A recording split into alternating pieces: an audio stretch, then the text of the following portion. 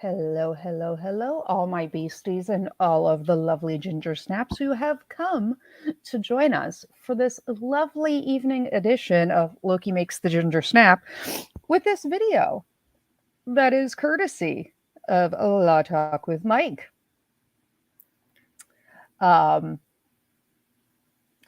Squirrel. Okay. Yes, hello, I am here. Okay. Well, because you're up on the screen doing this, so it let you bring it to yourself. The thing I have to. I'm going to do I'm going to run another thing because I have enough. Right, I know, but we can see this all on screen. So how about you pull it off the screen while you do it? Okay, all. So everyone, let's say hi to John. John, go ahead, introduce yourself. Everyone knows here, most of the people are here for you. Yes, good evening, everyone, and it's a pleasure to see you all this evening. I have a small legal education channel called Robine Law. It is a pleasure to see a lot of familiar faces here in the chat tonight.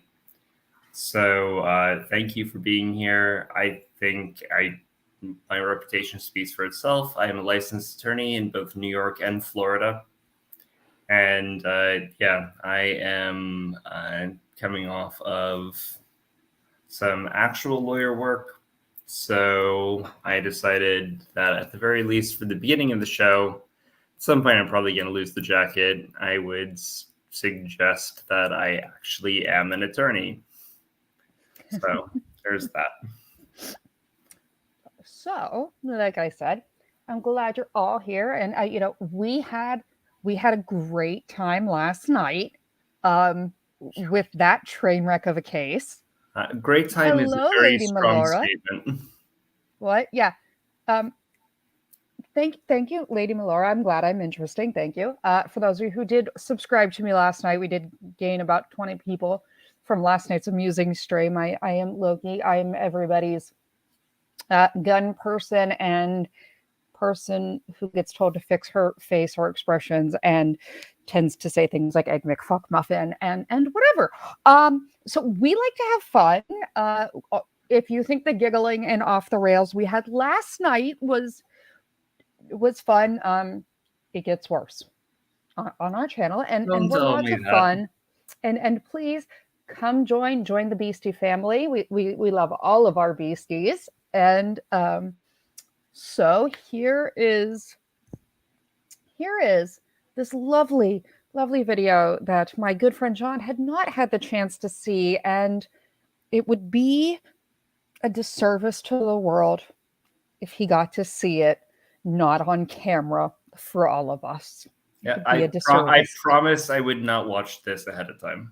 Yes, because this would, hello, everybody. It would be a disservice to the world if they didn't have John's amazing commentary like we did last night when I made him so mad he walked off the screen cursing and forgot his microphone was on. So, I think I'm going to start with a cigarette since this is not a monetized channel.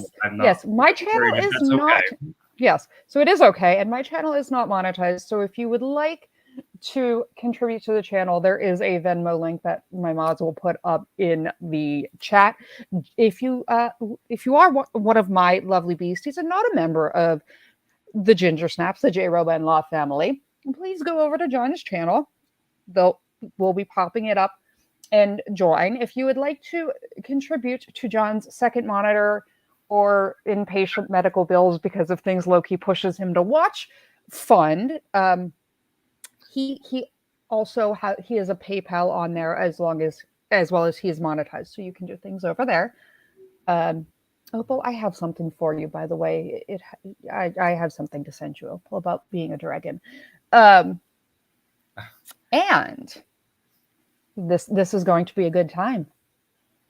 I would also like to introduce the tech squirrel, Lord Croco Squirrel. Everyone knows him as my tech squirrel. He is here. Yep, here I am. So, I'm also a fantastic co-host during the Jensen trials today, and I appreciated that immensely, and I still do, obviously. And he is an amazing tech squirrel and person. He is an amazing human being, and he does have a PayPal and a channel, and all of his stuff will be up in the chat. But for now, we're going to go ahead and start this. We're going to thank Law Talk with Mike. Law Talk with Mike always borrows things from Big In or Old Squishy Gardener. So we're going to borrow this from Mike, and I'm sure Mike won't mind. But go check out Law Talk with Mike. It's where John kind of got his start. It is absolutely the Delbrooks trial. And Mike, if you have an issue with it, take it up with me. Don't take it up with Loki. He won't. Everybody go see Law Talk with Mike. We all love Law Talk with Mike and his inability to wear a fully buttoned shirt. So we're going to get started with this. Oh, first I want to say thank you to Mikhail and Lauren in the Discord. They teamed up. Meg was also got it for me. We've got a hearing with the cranky attorney. We've got contempt. We've got a disgusted walk-off. Let's get this party started, shall we? Okay, so we're going to leave this on so you all can see that it does belong to the Law Talk with Mike. Go visit Law Talk with Mike. There we go. And we just came back on the record. Is Alexia Law Firm, which is present here, Lauren, right? able to connect into the Zoom hearing? Turn on your camera and your mic. Alex, how's that? Great. Well, I can hear you now. That's wonderful. Okay. I'm so sorry. I just have the worst cold, Your Honor, and may it please the court. I respect you. The reason why we're running this sure. at halftime. We were wondering. We are? Yeah. Because I keep everything set on squirrel speed, and I forget. It's okay. That's why. Because that's how I listen to everything in life. We've had a little bit of a hearing going on here, and we didn't know whether you were representing Mr. Meeks at this point. Only Mr. Meeks. I represent no entities whatsoever. Only Okay. Curtis Meeks. Okay. So, thank you for making your appearance. Danger, Will I'm Robinson. so sorry, Your Honor. It's fine. Mr. Watts will be excused. The order will stand that Hold on. if You're Mr. looking Meeks very- does not get. John, you look confused. What's wrong? Did I miss something? You're not missing everything. So what this is They were just originally announcing their appearances. Why is that Right. an issue? what? Why is them announcing their appearances causing some sort of an issue? So tell the small back. Just wait for it, John. Just wait for it. But there is an LLC and individuals involved. So she is Gotcha. trying to say, I'm not representing the LLC. I'm just representing him. In his individual capacity. Okay. But you're going to get to see. And Well, you notice how I immediately latched onto that. this is just not, if you couldn't tell by the tone of her voice, this is where we're going to start this. So, Yeah, she seems uncomfortable with her representation. oh, sweet Jesus. Yeah. Get All right. a lawyer to represent his LLC, that his answer will be stricken. So please prepare an order. Who would prepare that? Mr. Coomer, please. Yes, Prepare an order reflecting that decision. They And, struck the answer hopefully it can be impressed upon Mr. Meeks, because I did a file review on the. Okay, just a quick interjection here. I haven't seen this, but the fun's already started. She said I'm appearing only for him, which is appropriate. That's the scope of her representation. And the judge is already Right. very nicely, but just like, well, let's knock that stuff off right now because this involves an LLC. So unless he gets an attorney in here to represent the LLC, then his answer is going to be stricken. In short, he's going to lose. That's I knew literally this what I one was already going to be said. bad.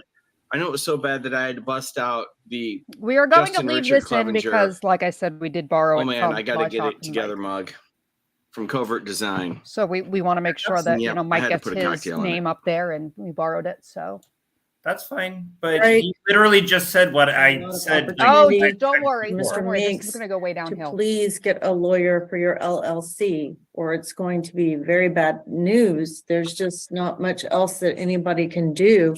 And it's a very important thing. And I think maybe, well, that's the ruling of the court on the motion to withdraw. It is granted. Mr. Comer is going to draft the order. Your excuse, Mr. Watts. Thank you very Mr. much, Your Honor. Thank you. Mr. Coomer, you may proceed on your motion. Okay, thank you, Your Honor. Would you? And just for the record, and for people watching, this is against the individuals, Ricky Henderson pro se and Mr. Meeks, who's represented by Miss Mia Alexa, I believe. Right? Alexia. All right, Your Honor. Mia Alexa. It's Alexia Law Firm. You can literally And read that- that, you idiot. So we Oh, Lord. only represent Mr. God, Meeks judges are retarded. individually. Right. No other Oh, entities. this is worse. No, this is the good part. I love All the right. court reporter's face. Miss Thank Alexia, did you have time to, now that you've made an appearance on behalf of Mr. Meeks in his individual capacity, have you had a chance to review the motion for contempt? I have. Would you like a response, Your Honor? Okay, well, You let's think? go with Mr. Coomer's opening. He's No, we're just, I just wanted to know if you I just asked there. out of curiosity, honestly. I just figured it'd be a nice thing to ask. I was just curious if you happen to have read that. You know. Yeah, I mean, like we don't worry about it. Yeah, no, I mean, I didn't need a response. I just genuinely, again, to save my own curiosity, I would like to ask if you had a chance to read it. Yeah, I mean, like all you got to do is read those. You don't actually have to answer those motions for contempt. No, not at all. That's not how any of that works. given, you may proceed, Mr. Coomer, on your motion for contempt. Okay, Mayor thank you, Your McFrench, Honor. no Mr. spoiling Bueller, will you things. put up our PowerPoint presentation, please? Okay. Thank you, Your Honor. Basically, this started on December 30th, Can you 2022. pause for 1 A second, please? TRO was granted in joining Curtis Meeks. So Yeah. I think that Mayor McWrench actually has a really great point. She seems stoned, or at least out of it in some. No, that's why I said stop, McWrench, Mayor McWrench. No, McNome, no spoiling. All right, let's. This all right. is as fine. this is as coherent as she's going to be.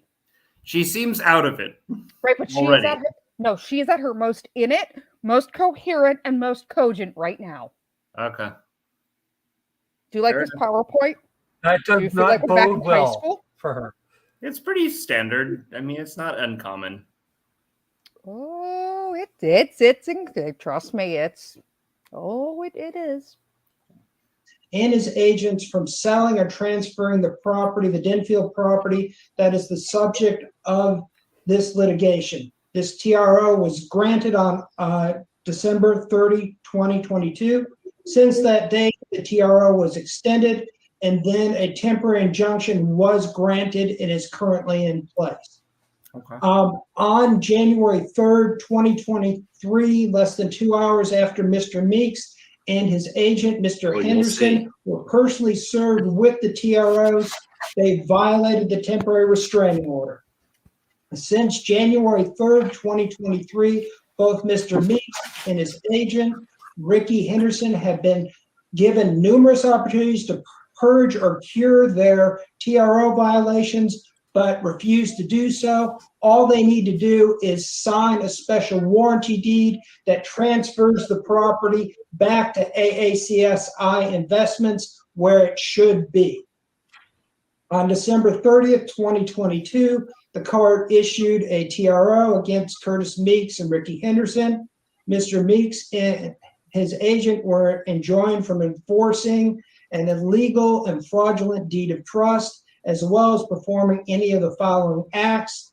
The exhibit is D9, and basically you can see they prohibited from transferring, conveying, assigning, deeding, or otherwise disposing of or damaging the property.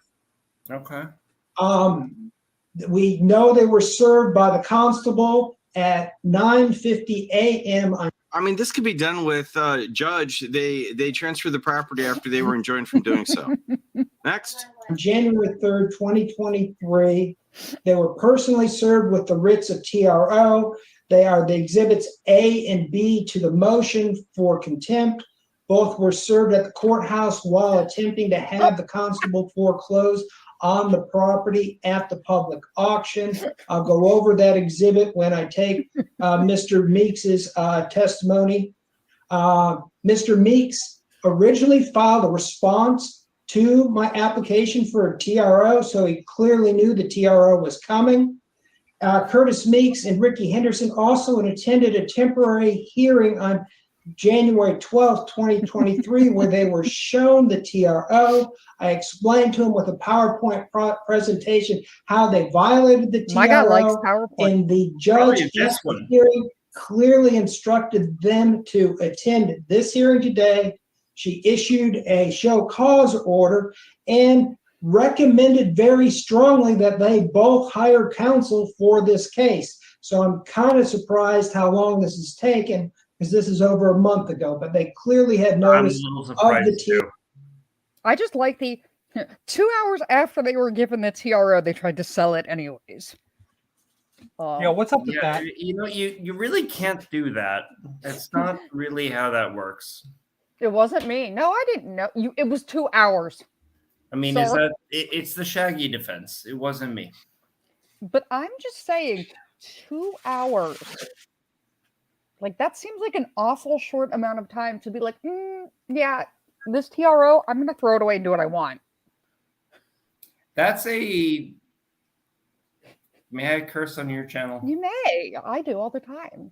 All right. That is a fuck it. I just want to unload the property, screw the court order, and let's see where the chips lie.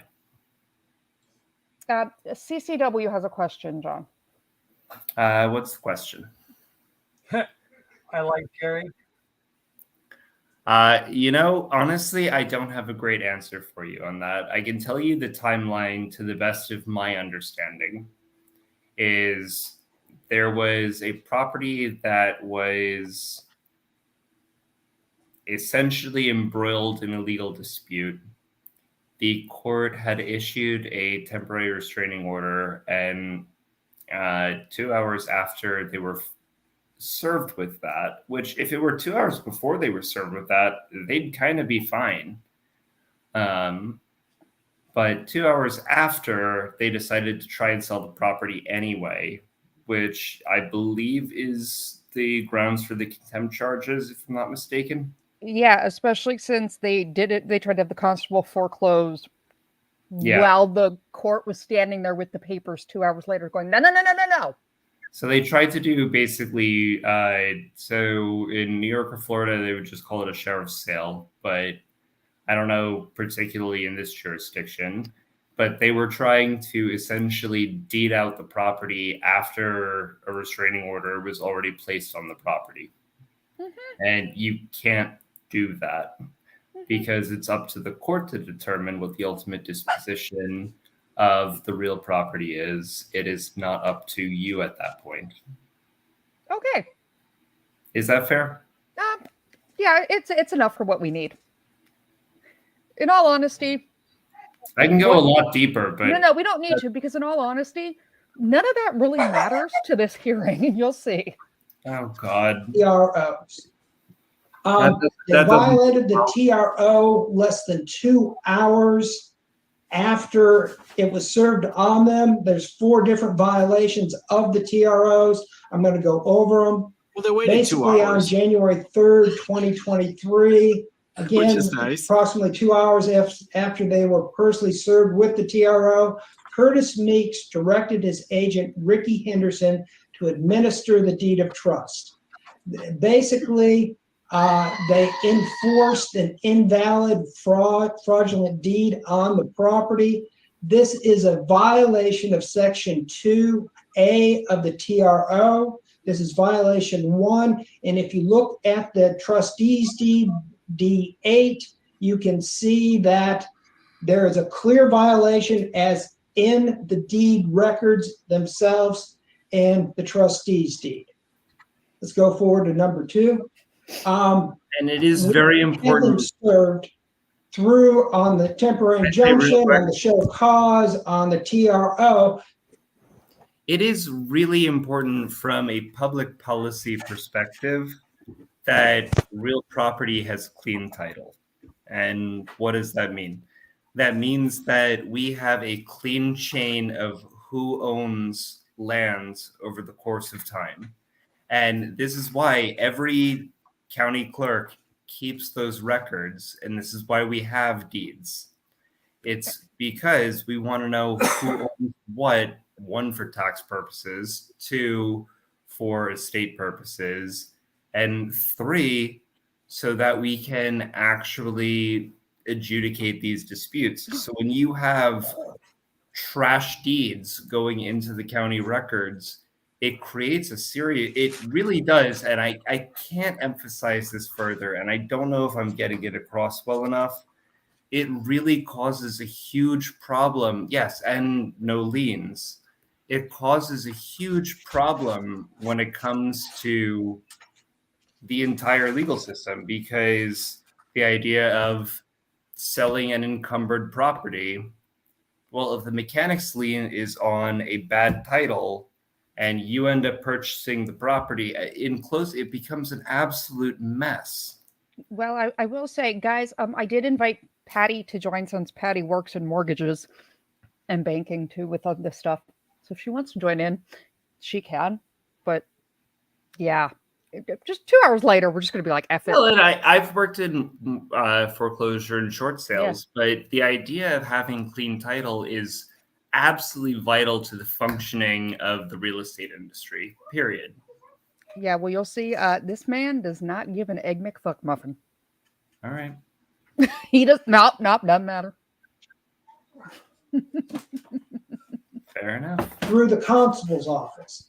And in serving the TRO, the Travis County Constable tasked with conducting the public auction foreclosure sales was notified of the TRO and said, hey, we can't go forward with the constable auction foreclosure sale. However, once they figured this out and they were served with the TRO, Mr. Meeks and his agent, Ricky Henderson, drafted this trustee's deed, That's giving fraud. a false impression to the public that the sale was conducted at the legitimate public That's straight up auction. fraud. That's a fraudulent instrument. That's forgery of a fraudulent conveyance. Do you want to take the jacket off now? I think, yeah, this is probably a decent time to do so. That is forgery of a fraudulent instrument. Wait till we start getting into copyright dates. Wait, it's getting worse? Oh yeah, How could this this is get the best worse? it's gonna be. Oh God. How could this get worse? This is literal fraud of a conveyance instrument. Patty, it's in the Discord. I sent it to you in a DM in Discord. They actually even put the sale location in the deed to make it look like the constable's foreclosure sale, but it was not. We can move forward. This sale was not Mayor, it might conducted have by been, any but we're gonna court, make it the best. therefore it was a non-judicial sale of the property. Conducting a non-judicial sale of the property violates Section 2B of the TRO. That's the second violation of the TRO. And okay. The third violation of the TRO is the fraudulent deed purportedly sold, transferred, conveyed, assigned, literally deeded matching. of the property Mike at by least just sits there like seizing that. it, levying You're gonna it, lose selling it. it. They also violated Mayor McRae, Section we can make this 2C the of the best ever. TRO. This is the third violation of the TRO. All three of these I titled this violations right. can be seen in the The general's gonna trustee's snap. deed, which is public record. And I will take Mr. Henderson and Mr. Meeks's testimony in a few minutes, and we can prove that up. But violations 1 through 3 of the TRO can clearly be seen from a review of the TRO and the January 3rd, 2023 It trustees goes deed. sideways. Also of Takes note, a little while. this Oh, is it's the already gone second sideways. time Mr. Meeks has attempted to transfer this same Denfield property from Hi, AACSI everybody. to Top and Ball Properties LLC. He did it the first time through a deed of trust back on February 2nd, 22, without any Cue my chat consideration. coming up with and inappropriate comments about Injection their to names. hearsay. Well, this is an, It's a business overview. record. You get your opening statement too. So, Oh my or you God. can do your opening statement at the start of your case in chief. I mean, your case in chief, your Correct, Your response. Honor. You're correct. Okay. John, Thank is you. it to tell the judge, like, yeah, you're correct. Like, yeah, right. You're right, Judge. You're right. Judge, yeah, totally. Yeah, you're right. You're right. That was a stupid objection. I shouldn't have said anything. Please proceed. Okay, that right there is already weird. You don't affirm the judge. You're correct, as if you're in a position. I said this. I've never seen this The judge video knows she's before. correct. Have you Basically, noticed- if you look at Let's either hold on a the second. deed of, the Oh, quick yeah, I claim know. deed Just keep, or we the know you trustees, say- In the you'll chat, see that have you both of noticed them how we were come to the same transferred without any conclusions almost consideration. at the exact same time? Yeah, but it goes worse because Mike holds it together a whole lot better than you're going to, Sorely. So just stick with it. Challenge accepted. Yeah, no, the challenge was accepted when you said that I have not driven you. I have not won our contest yet. You have not beaten Cole Thus yet. making them fraudulent Try me. transfers. Additionally, Mr. Meeks appears to have violated the TRO a fourth time. On January 11th, 2023, Curtis Meeks sent an email to me that included an attached loan agreement that purports to encumber the property. This loan agreement, which appears to have been created in 2023, violates Section 2C Wait, of hang the on. TRO. Can we pause for a second? Just do the timeline real quick.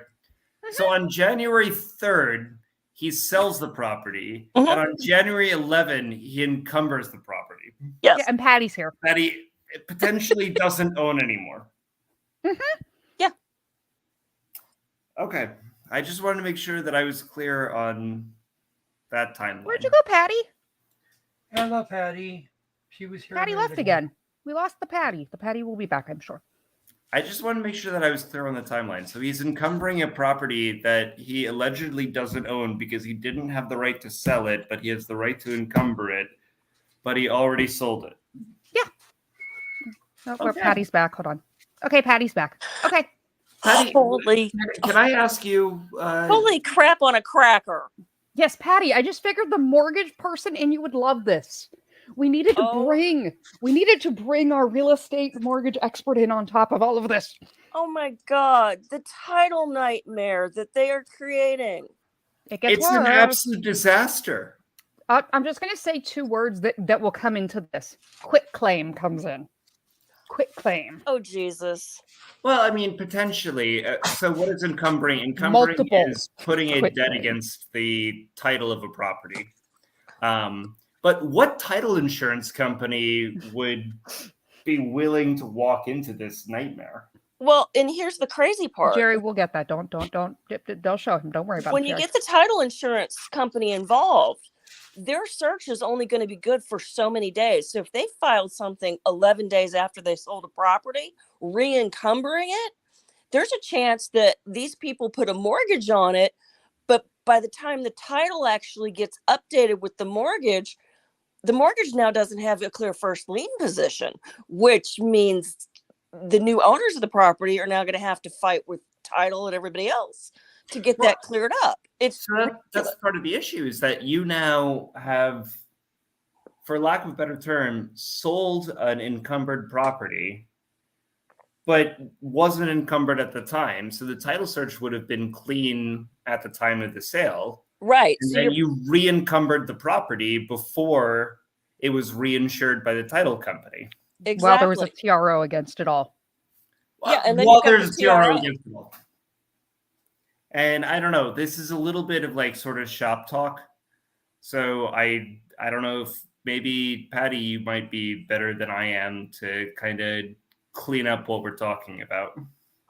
Okay, Yes, basically, it sounds like the property was in a foreclosure, and these guys were trying to get out of losing the property. Okay, hold on. But before you say that, I will give you the one piece that you're missing.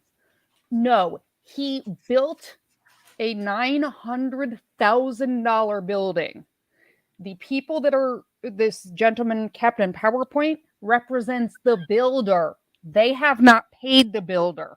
So that's a mechanics lien. That's even Yeah. worse. That's Yes. already an encumbered Yeah. property. Yes. Yeah, it's so the already an property, encumbered they have property. not paid the builders. And the mechanics builders liens are come suing before them for it. mortgages, just so people know. Well, and here's the thing. They can have signed over the contract, done all the finalized paperwork for the commercial building, and be waiting for payment to come through, and had something happen along the lending lines where this builder has come back behind and filed the mechanics lien, even though they've sold the building, because he was not paid in full at time of closing for the people that just bought it. That's a whole new can of worms. So let's just keep going.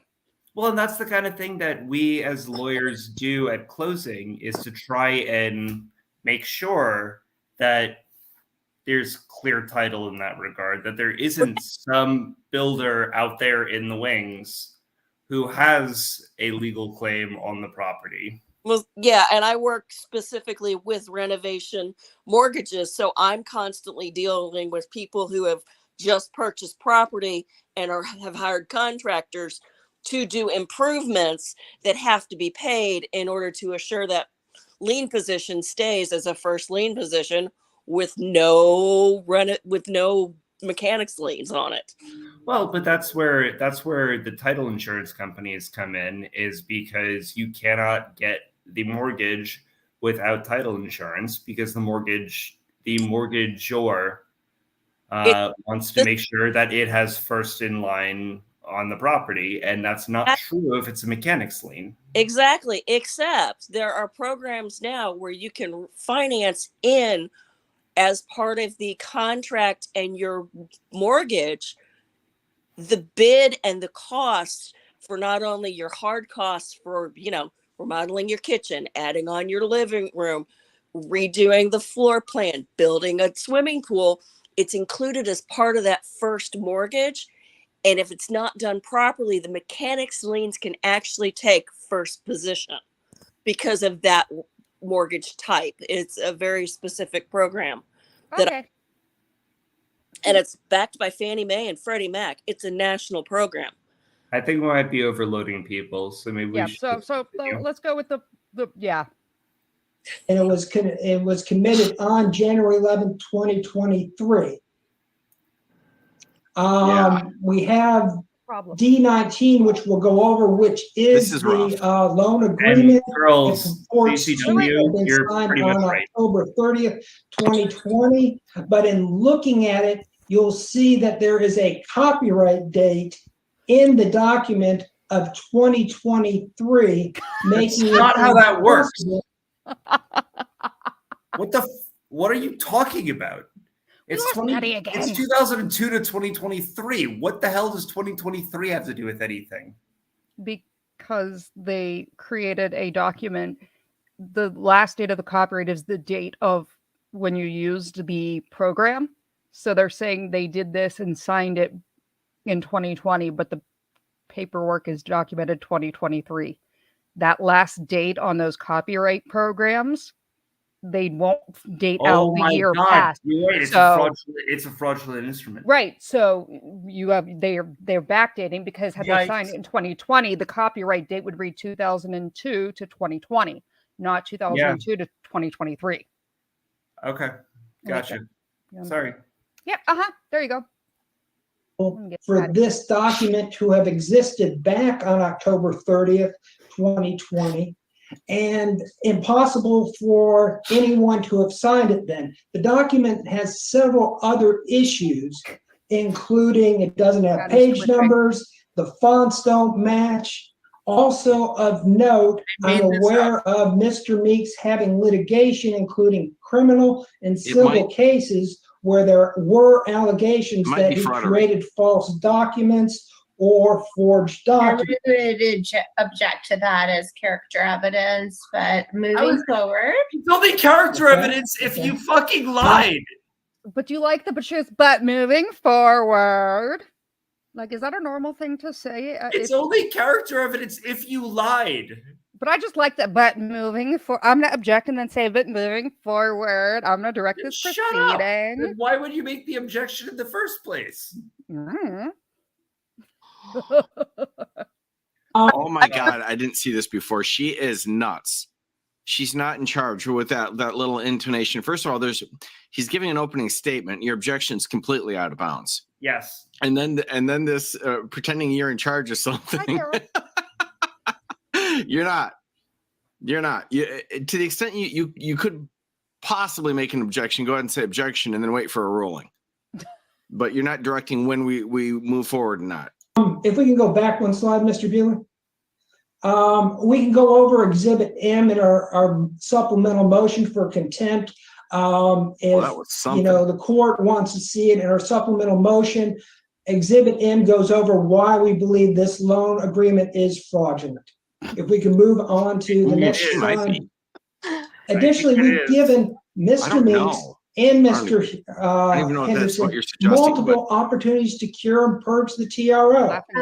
Also, Your Honor, so counsel respectfully, he is characterizing my client as being involved with the other person. So that is not because he accurate. is. But let's move forward. I'm just trying to give the court an opening. But let's move forward. Like, is that normal? You're welcome. Is anybody shocked that I am having the same reaction that Mike is to this? Oh, it gets worse, and that's why, because like Mike held it together and just giggled, but everybody in the chat, like there was hundreds of people like, "Where's John?" And I was like, "Oh, I've got this, guys. I've got this." All right, let's do it. Her voice. I'm just sitting here shaking my head back and forth, going, "Please don't land on my desk. Please don't." Patty's like, "Don't be in my state." All I'm saying is anybody shocked that Mike and I have similar reactions at similar times? Okay, so Mayor McWrench has like, No. I just love this. But let's move forward. Like, shut up. Is this You wanted to move forward? You shouldn't have opened your mouth. Or filed a suit. John, in response to you and Mike having the same reactions. Fair enough, Creed. Go ahead. Oh no! I don't represent Ricky or whatever his name is, Ricky Henderson. So let's just focus on Curtis Meeks and let's move forward. Oh, she is so out of line. She is so out of line. She might be altered. She might be drinking. I don't know. I'm not. But like, that is so out of line. Already. That is so inappropriate. And this guy's opening. My motion for contempt is against both gentlemen. But that's not okay. Ms. And the judge gets this it. is a motion hearing. She's smart. She did. She gets it. All right, let's stop interrupting. This is what they do. Just smart. She gets it. What? All right. Smart. You're getting me there, Loki. Yeah, but he intends the evidence to show. If he doesn't show that, then you can hit him on argument. Thank you.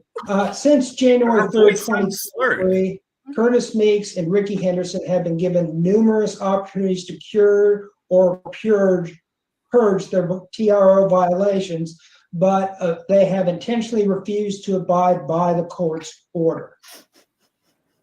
On January 6, 2023, after I found out that they had violated the TRO, I sent an email message to attorney for Top and Ball, providing notice of the TRO violation and providing Top and Ball and its sole member, Curtis Meeks, the opportunity to transfer the property back. This email message was ignored. I don't want to By whom? Highly good plan. It was ignored by attorney for Top and Ball, and his client was, if I were the purchaser, I'd like to unwind. Manager and owner is Curtis Meeks. For the hills. If we can move forward. On January 11th, 2023, after a motion for contempt and motion for show That's cause plausible. was filed by Movements, another email message was sent to the attorney for Top and Ball, providing Top and Ball and its sole member, Curtis Meeks, another opportunity to transfer the property back. This email message was also ignored. You're literally hiding title to the property. Are you? Exactly. You're Exactly what he's presenting doing. this as the opening statement, right? Yes, I Okay. am. Ma'am, I'm Right. sorry. Please stop interrupting. Seriously. You may You proceed. think? Okay, come on, wrap it up. So we have 4, I will. government, fraudulent deed, the From what I've seen from this attorney, I think he's pretty good, but I hate the use of a PowerPoint here. Just say it. These guys are I think doing a the bunch of fraudulent PowerPoint's things, but actually very specifically they invaded property fraudulently, made up a deed. There's a TRO against them transferring the property. Next. deed The of only bar she trust, passed and is then that the one, is the state non-judicial one. After that, sale. she hasn't missed a So bar. what else do you have? Okay, I have that on January 12th, 2023. We had a hearing. Both Mr. Henderson and Mr. Meeks were there. I explained to them how they violated the TRO. I asked them to sign the special warranty deed to Well, no one transfer told the her, though. property back. They refused. We had to have a show cause issued, and we're having to have this hearing yet again where we're Groundhog Day, where I'm saying, hey, No. transfer the property That's insane. back through a special warranty deed. Exactly the You same. clearly violated the TRO. It's been explained to them. Okay? On January, if you can go back one more time, Willie. On January 20th, 2023, I sent another request, this time to Curtis Meeks' email address and to the Top and Ball attorney, giving him yet another opportunity after the January 12th hearing to transfer the property back. This is Exhibit D16. He knew he had opportunities. I got a response from Curtis Meeks and Ricky Henderson. And basically the response I got from Curtis Meeks used several laughing emojis and just kind of ignored my request. I get the idea.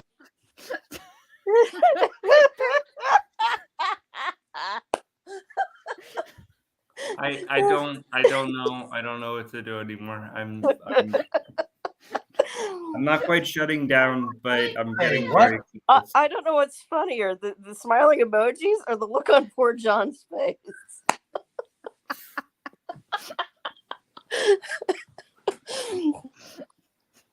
Isn't that a normal response to your lawyer?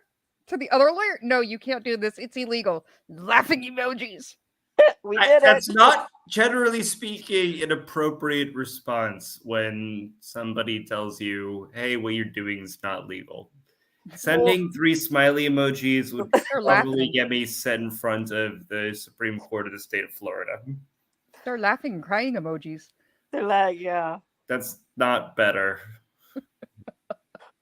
Okay. All right. Shit, I would like to actually try to present something interesting or useful from a legal perspective, but this I is just like the fact that we can't- professionalism. Okay, here's my other problem with this. What's a quippertunity? It's an What? opportunity to make a good, smart quip. Yeah. Exhibit D17. Read what it says.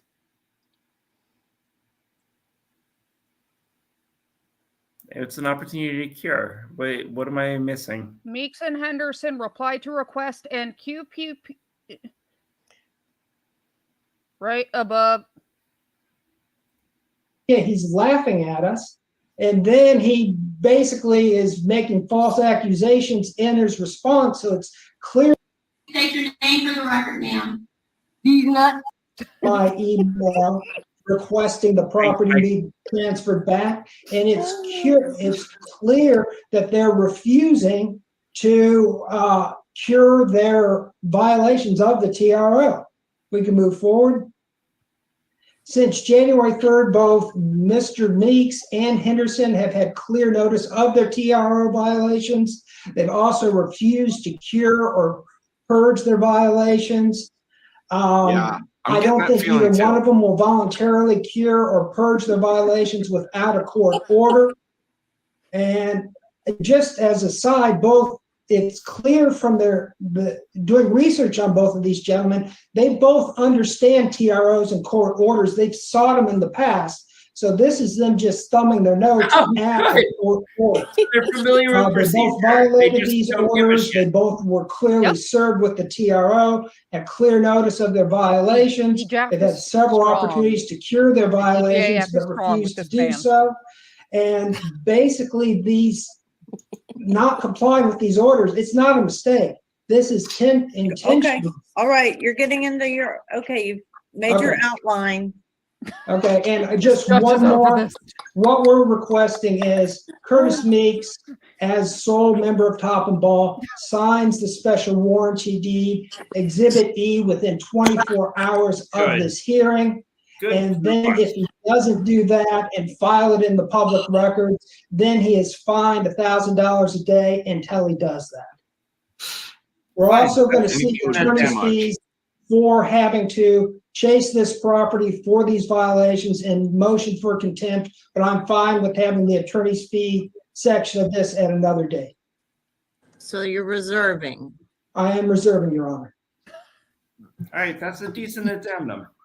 All right, will you close your, thank you. All right, Yes, Ms. please close. Alexia. I have to say, just so you know, the court reporter's face in this is 100% like everybody's feeling. And my man, Mr. Meeks, is in bed. In substance, the guy is fantastic. Everything he's saying is right, and he's laying out his case, but he's being too. It's an opening statement. Spit it out. You're in front of a judge, not a jury. You're losing everybody. You got a winner. Just spit it out. Yes, Your Honor. So I am new in the case, but I will submit to the court that my client alleges Oh my that gosh, she's either drunk or stupid. Brenda Walston and Walston Homes was skimming off the top. There is a discovery issue, Your Honor, where they were skimming off the top and stealing from my client, Curtis Meeks. We would like to proceed with discovery. Top and Ball Properties is a separate company of Curtis Meeks. Curtis Meeks, by the way, Your Honor, is a professional boxer.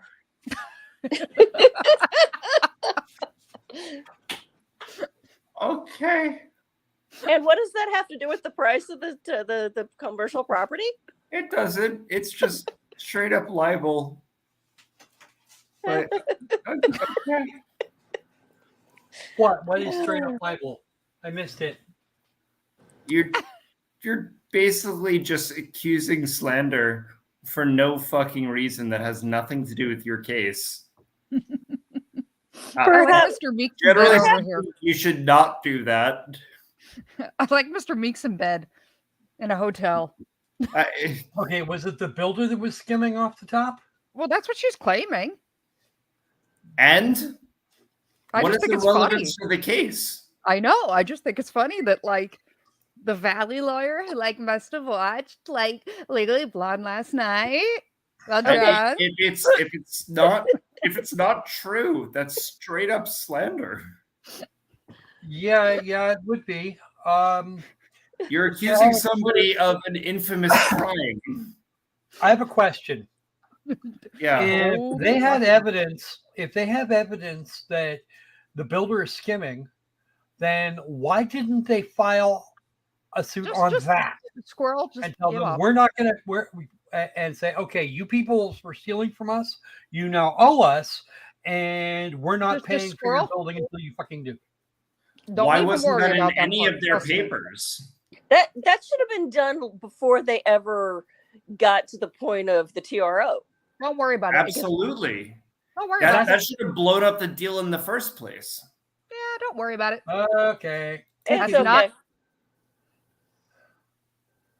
Oh, Michael, I don't want to talk about knife phone. Okay. I don't know So who Michael he's Mudlock a is, so you will have to talk. pretty impressive person. I do not represent Ricky Loki, would you like to Henderson. explain the knife The phone lawsuit situation? is asking Oh my or God. involved in She's that up matter. talking. I have no involvement with that. Yeah, she's I don't know. totally- She does sound drunk to me. I'm being AAC honest. She's either having a SI stroke or she's investment impaired. companies is a Otherwise, quagmire of a nightmare. In my professional opinion, I do not represent Wrapped in a them riddle. whatsoever, and nor do I represent Top and Ball. A quagmire said of a that nightmare. four times pause for now. 1 second. Correct. I do want to explain for anybody who's also in the chat who does not know about Nightfong. That was the case. It was the lacrosse players that allegedly assaulted a woman, and the whole thing was absolutely fucking made up. That's what the reference was about. This woman is, I genuinely think, either impaired or, yeah, the Duke lacrosse players. Thank you, Jerry. She's either impaired or she's having some sort of a medical episode. So it's not appropriate to continue this hearing. Oh, it gets better. Like I said, when the judge starts counting things and acting like the Count from Sesame Street. Oh, God almighty. This is not going to end well, is it? It's epic. Leave me alone.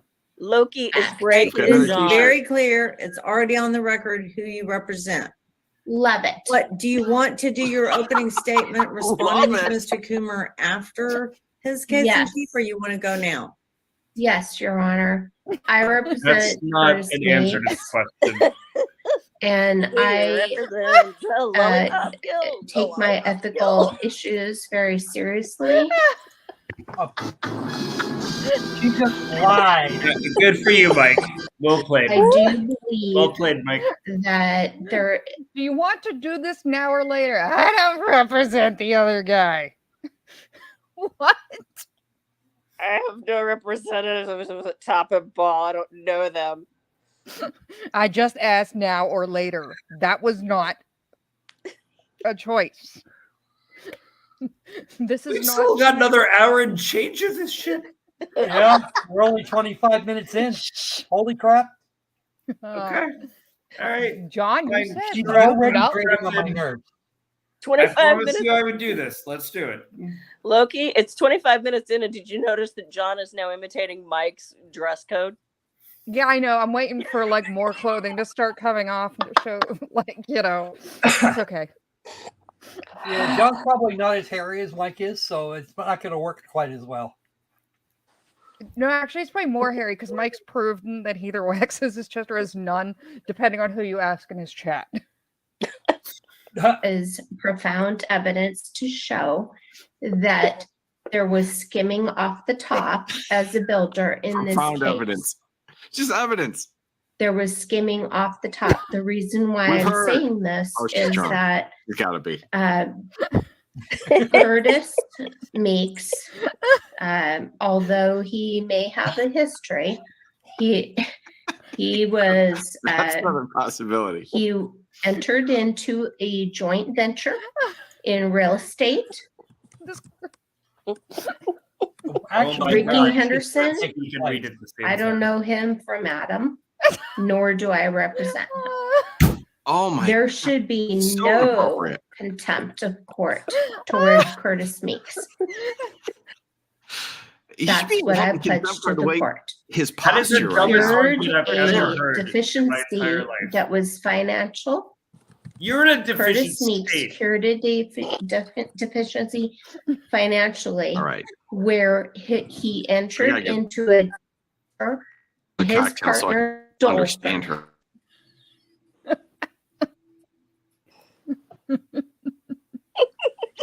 All right. Mr. Coomer, you may call your first witness. Thank you, Your Honor. We call Curtis Meeks as a witness. I told you this late, but I'm All sorry. right. The court Mr. reporter's in Meeks, mood. Can you please raise your right hand? Yes. Do you solemnly swear or affirm that the testimony you're about to give will be the truth and nothing but the truth? Yes. All right. You may proceed, Mr. Coomer. Thank you, Your Honor. Could you please state your full name for the record? Curtis Lee Meeks Jr. Okay. And Mr. Meeks, how long have we been litigating this case? I mean, it was going for a while because we was going for a lien. It was a lien, and then it just turned out to be this. So it's been probably about 2 years now because you wanted to go this long. So I guess we'll just keep going. Did you hire Mr. Darwin McKee in 2020 to file this lawsuit?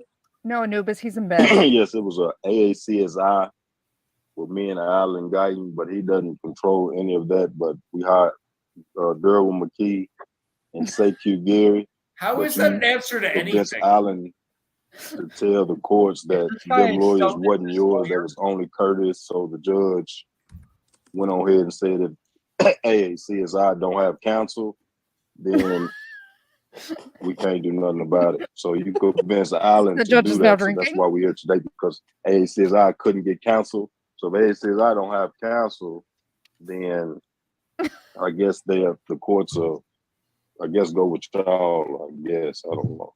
Okay. Yeah, thanks. Thank you, Mark. Mr. Meeks. What And was that? if you could Not focus on the responsive? How is that responsive to the question? It wasn't. Am I just like losing it? No. And this Coomer guy, he'll let this Meeks dude, like, you'll see the judge at one point is like, can we just object? Can you please object to him already? Like, it. Okay. All right. Patty's like, I hate. Patty, do you have your inhaler? Signed up for. I don't think I have the enough questions liquor. I'm asking moving forward. So overall, how many attorneys have you hired to represent you in various capacities in this case?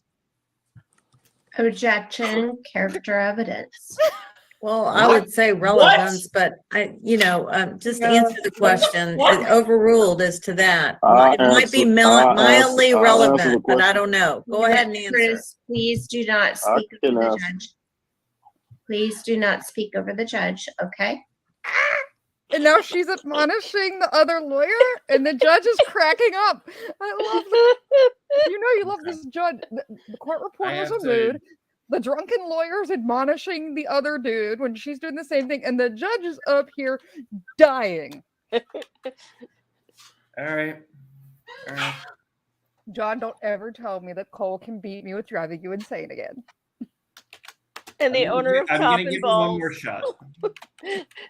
and the boxer owns Top and Balls. Great. Well, Yeah. I think that you're winning this one right now. Thank you. How many attorneys, Mr. Meeks? I love the judge's face. 3. If I'm not mistaken. 3. 2 for AACSI. Sorry, I don't have and 1 for So I know everyone's laughing at the judge's face. It's not really Okay. The attorney's a goof, but I do get where she's coming from with the character evidence that because he's asking the question to say that the guy's had to have a bunch of attorneys because he's a goof and he's full of it, and the attorneys don't want to hang with him. That's why he's asking the question. But I understand where the judge is saying relevance is also a good objection there, and probably the better one. Did you hire 7 or 8, but that's wrong. Mike's right. Could it be 5 attorneys, including Darwin McKee, Anthony Arguya, Sekou Gary, Jameson Watts, and now me, Alexa? The one on the case was Darwin McKee, which you told him to get fired. You told Alex English to go against would be him. good. So Darwin McKee and CQ Gary. And after they got off, I had to hire another lawyer for me. She's about to Now, smash I her had head the on kid, the which desk. is Jameson. And then we filed a motion. Now we Porter got is a me. mood. Okay. Anthony was never on the case. So yes or no? 5 attorneys so far. No. Okay, how is that wrong? Okay, well, you can go to the next question. Curtis, so we're gonna focus. Okay. Focus. Through this litigation. Curtis, focus. Curtis, focus.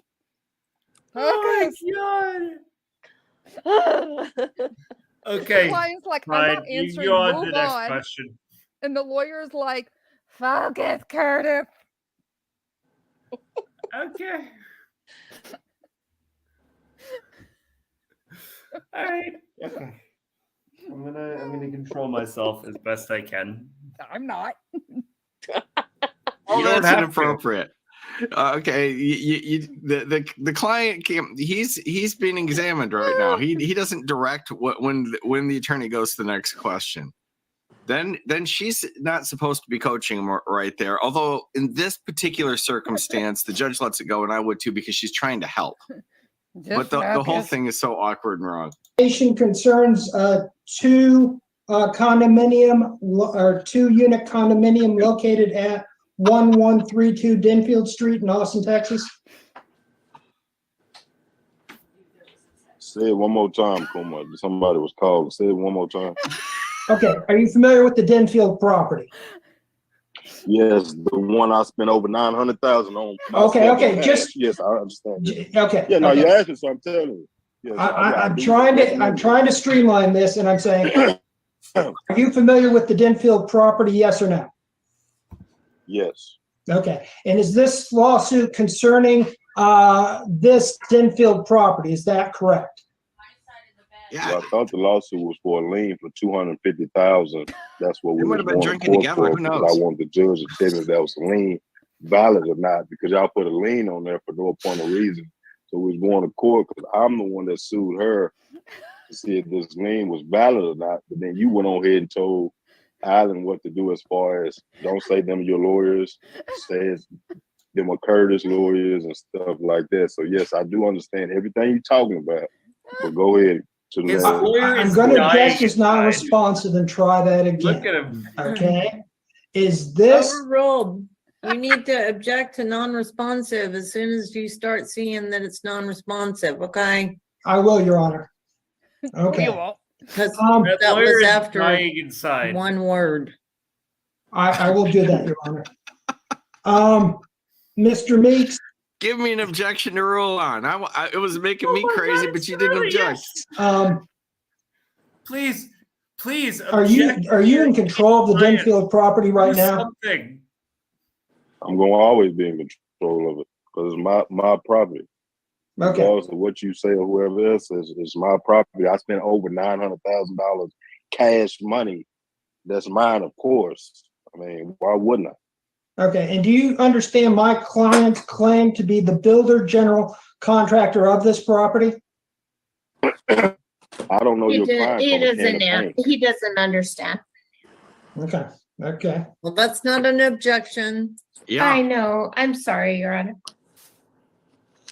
Stick to the rules of evidence and procedure and case law and statutes and constitution. There's actually a court go that sticks to the rules of evidence. Well, that's slightly refreshing. The circumstances under which it was brought up is not particularly, but okay. Go ahead and maybe start acting like an attorney, for instance. Mr. Meeks, have you seen the building permit for this property that lists my client as the builder general contractor? She did. She could have been a builder contractor with Alan Guyton and Mike at Park Place Funding. I'm going to object as non-responsive.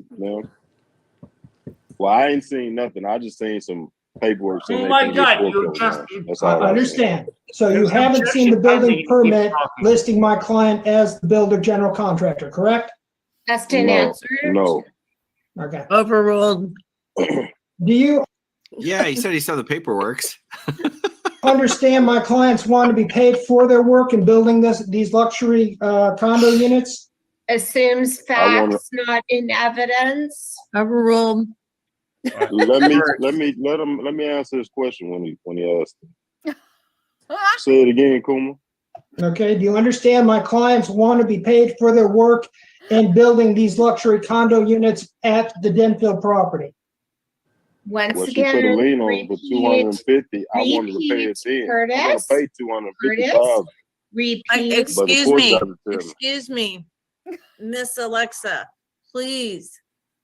If you open your mouth again, and words come out other than objection and then a rule, statute, That's rule of coaching the evidence, witness.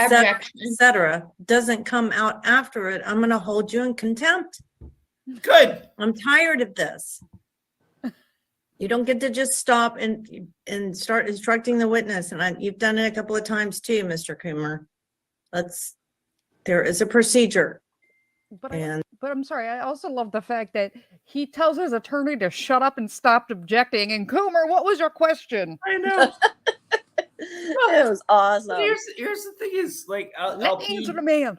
I'll be totally honest. I have been drinking. I can still say objection assumes facts, not in evidence. Not assumes facts, not in evidence. It's there's something not going right with her. Like I would actually consider a welfare check for like a stroke or something. Am I totally off base on this? Yeah, you are medically. She doesn't meet those criteria. I think that she's having I don't even know that she's intoxicated. I think she might be having a stroke. No, she doesn't. She wouldn't meet the stroke alert criteria. Yeah, that's just a really, really good relaxed state she's in. Perhaps that could be like a mixture of like NyQuil, benzos, and alcohol, but we could just like polysubstance this up in here. But it's a really killer weed. Although Mean John has that's a lot because I've seen opposing counsel who have been intoxicated and they can at least keep their composure in front of the judge. You mean they don't get into an argument with their client when the client tells them to shut up so he can answer the man?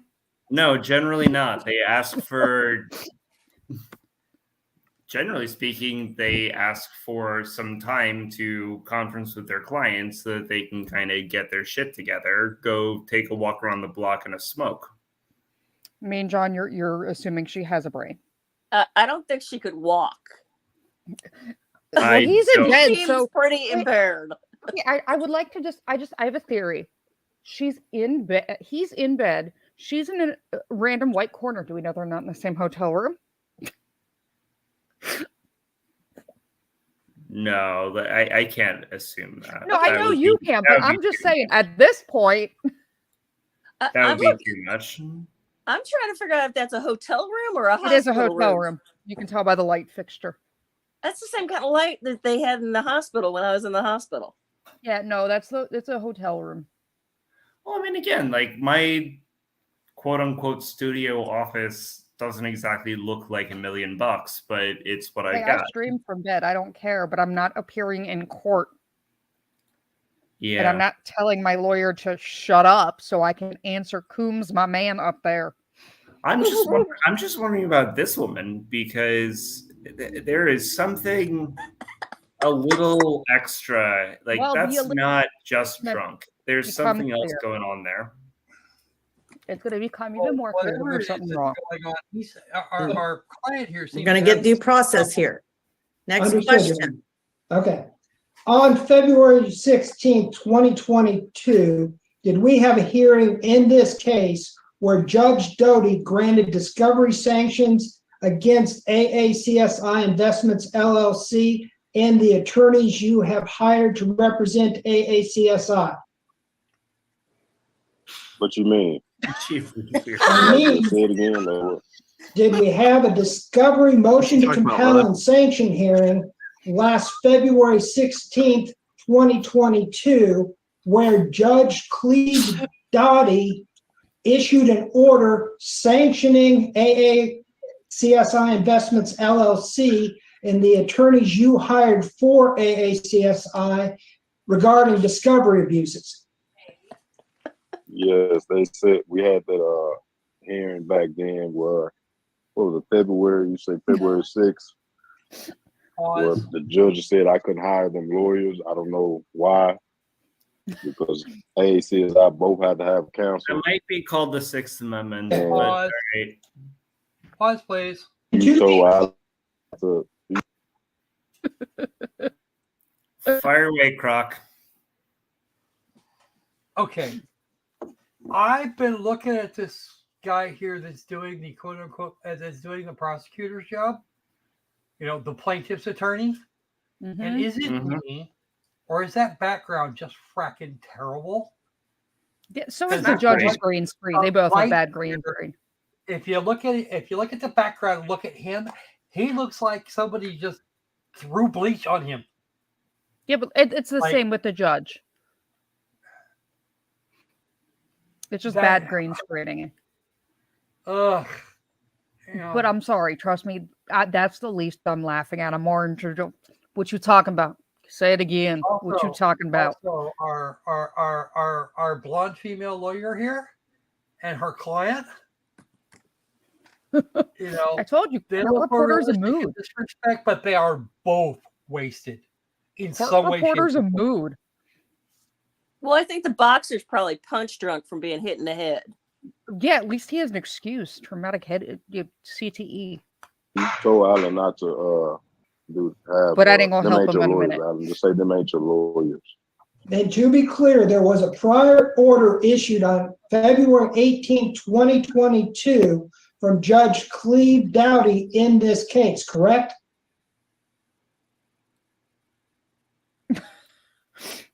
What are you trying to get to, Kuma? Yeah, like what's going on? Okay, and as part of this order, AACSI and your attorneys were ordered to produce all relevant documents related to the Denfield property within 14 days. Is that correct? Say that one more time. Okay. You went a little bit too fast.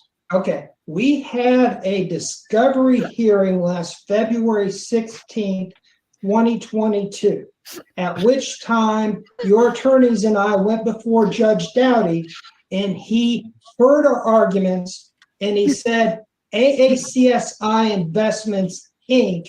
needs to produce all documents related to this Denfield property. Is that correct? Yes. And AACSI was ordered to do this within 14 days. Is that correct? Yes. And is it true also that Judge Dowdy sanctioned AACSI Investments in their attorneys at that time, ordering them to pay attorney's fees? Is that correct? You said sanctions? Sanction. Pay attorney fees? There was a sanction in the order. Where did the judge go? No, it's correct when he tries to deflect it like that. Wait, what? And yeah, the judge is like, nah.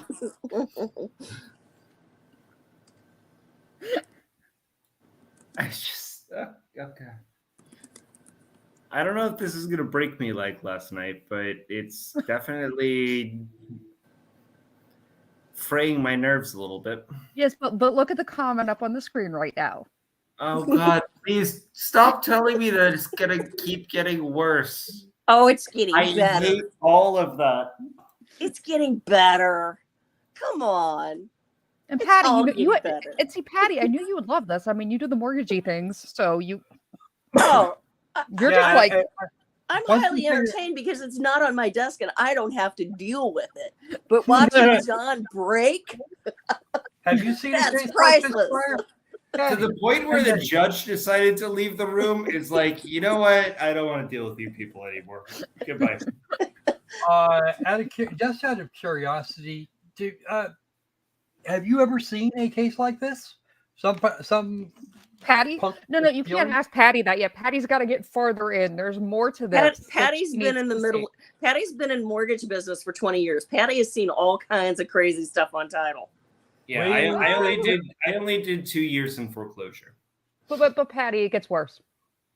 We're gonna do an interview Oh. show with you on that, Patty. Yeah, Oh, I want boy. the stories, damn it. Patty, if you want to come on and talk about title issues, that would actually maybe be kind of an interesting way to kill an hour at some point during. If Yeah, you you're would pretty like, I would be happy to come tell you about title issues and watch people get broken. Okay, well, let's break John first. Exactly. Wait, 'cause what was breaking it? John The is fun. sanctions? One of our I'm girls. talking about the first one that Judge Dowdy issued What in is a February 2022, not the second one he issued on June 2nd, 2022. I just know it's the only one Before I was for running $3,000. litigation That's all. departments, I did a Okay. short Okay. We don't stint care. in Answer the title. question. Let's switch topics here. On February 2nd, 2022, did you execute and file a quitclaim deed attempting to transfer the Denfield property from AACSI Investments LLC to Top and Ball Properties LLC? Yes, I went to go record it with a We're quick done. claim deed and Top and Ball, which is my other company. Hang me up. AACSI company too. But I put in Top and Ball, and you told the lawyer to tell Mr. Meeks put it back into AACSI. And that's what I did. He put it back into That's the fraudulent conveyance. Bang the gavel. Mr. Bueller, could you That's okay. It's going to happen 2 more times. Just hold on. Oh, look, we lost Curtis.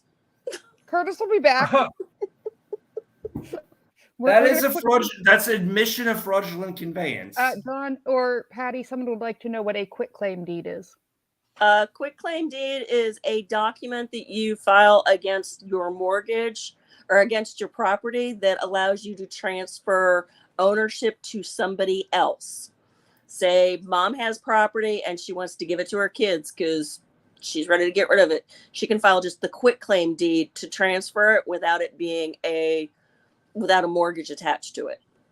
So I will go one step further. A quitclaim deed is a deed where you are essentially surrendering title to the property as is. So with all of its encumbrances, whether it has a mortgage, whether it has a mechanics lien, whatever the hell it has, you now have title to the property. Here you go. Good luck.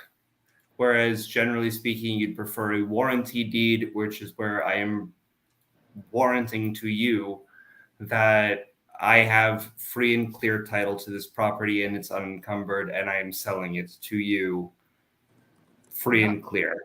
Not this Quitclaim, deal. quitclaim you could be literally buying the previous owner's headaches, for lack of a better term. Patty, am I basically about right on that? Basically about right, yeah. It's basically a way to transfer the property without having to pay a bunch of taxes to get it transferred. Okay. Yep. It's and it's generally speaking, if you're trying to buy a the piece of February property, 2nd, 2022 quitclaim deed up on the screen. I love this part. Mr. Meeks, do you recognize this quitclaim deed marked Defendant's Exhibit Number 2? What about it? Do you recognize it? I say, what about it? I'm gonna recognize anything. Say quitclaim deed. What you want me to say? Have you ever seen this quitclaim deed before? My name is signed on there, and I got to recognize it. So you do recognize this quitclaim deed? Yeah. Oh my God. Yes. And that is your name. You signed this quitclaim deed on page 4 of Exhibit Number 2. Yes, I signed it, Kuma. Okay, can you move up to page 1 of this document? baby. Do you see the highlighted parts of this document? Right, that both For the companies. sum of nothing? No. If you told Alan to tell the lawyers them not your lawyers, and we was going for a lien, but you told Alan to go otherwise. No, John, come back here. Get back here. Why? You need to see what's about to happen. Sit down. He sold it for the sum of nothing. Just listen to what he's about to say. Usually those have a dollar amount on those. So you do recognize this quitclaim deed? Or $1. Just hold on. Yeah, I see $10. And that is your name. You signed this quitclaim deed on page 4 of Exhibit Number 2. Yes, I signed it, Kuma. Okay, can we move up to page 1 of this document? Do you see the highlighted parts of this document? Right, that both companies are mine. Well, I'm half on ASSI that you told Alan to tell the lawyers them not your lawyers, and we was going for a lien, but you told Alan to go otherwise. I'm saying, do you see where this quitclaim deed has you listed as the grantor, Curtis Meeks Jr. of AACSI Investments legitimately doesn't LLC? understand. Do you see that? He doesn't understand why this is a problem. Do Miss Brenda Walsh, your name supposed to be on there or something? Because you're talking like this is y'all building, like it's y'all money and it's y'all property. I mean, that's how you talk. Mr. Meeks, I'm only showing you the quitclaim deed that you're familiar with and you recognize through your personal knowledge, and I'm making sure that you and the court can see that you were the grantor on this quitclaim deed. Is that correct? So basically, you want to put Miss Brenda's name on there. That's what you're telling me? Because I mean, No, we I'm seeing not telling you that at all. You got to be saying that because you said he's trying to get something that ain't yours. Overruled. Mr. Meeks, can you just answer the question? Can you see that you are listed as the grantor on this document? I see I am the owner of the whole property. Well, the document clearly says grantor's name and address, Curtis Meeks Jr. of AACSI Investments LLC. Did I read that correctly? Yes, you did. You read it correctly. Okay, and then it says the grantor's name is Curtis Meeks Jr. of Top and Ball Properties. Is that correct? Did I read that correctly? Top and Ball. Right, you read that correctly too, Coleman. Okay, and the other part, in consideration of the sum of $0 paid to Top and Ball Properties, did I read that correctly? You read that correctly too. Okay, and just so we're clear, are you the sole member of Top and Ball Properties LLC? Yes. Does that mean you're the sole owner of this LLC? As to I'm 100% owner. Objection. I'm 100% owner. It's foreclosure evasion. It's creditor Okay. evasion. Are you the only manager of this LLC? Oh my God. Asked and answered. No. Objection. Is it true that through this quitclaim deed marked as D2 that you attempted to transfer the Denfield property Oh, don't worry. from AAS It gets so much worse. Investments So much worse. LLC to Top and Ball Properties? Objection assumes facts, not in evidence. Objection. Up talking. I'm gonna lose my freaking mind. That's about right. I'm better. But it's asked and answered, but answer it again. Hi, Iris. Thank you. Iris, I told you I'd get John to watch this. Mr. Meeks, Yes, ma'am. do you need the question read back to you, or would you like Mr. Coomer to ask it again? No, No. he doesn't need the question answered back again. All right, then he needs to answer it. Oh yeah. Oh yeah, it does. Andrew, you're gonna love it. No, stop. Which one I'm going to answer? I answered it twice. How can this get worse? What was your intent in signing and filing this quitclaim deed on February 2nd, 2022?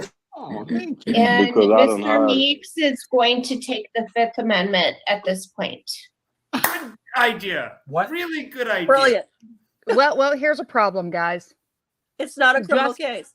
Well, no, not just that, but John, you are holding on too much hope to her statement of this.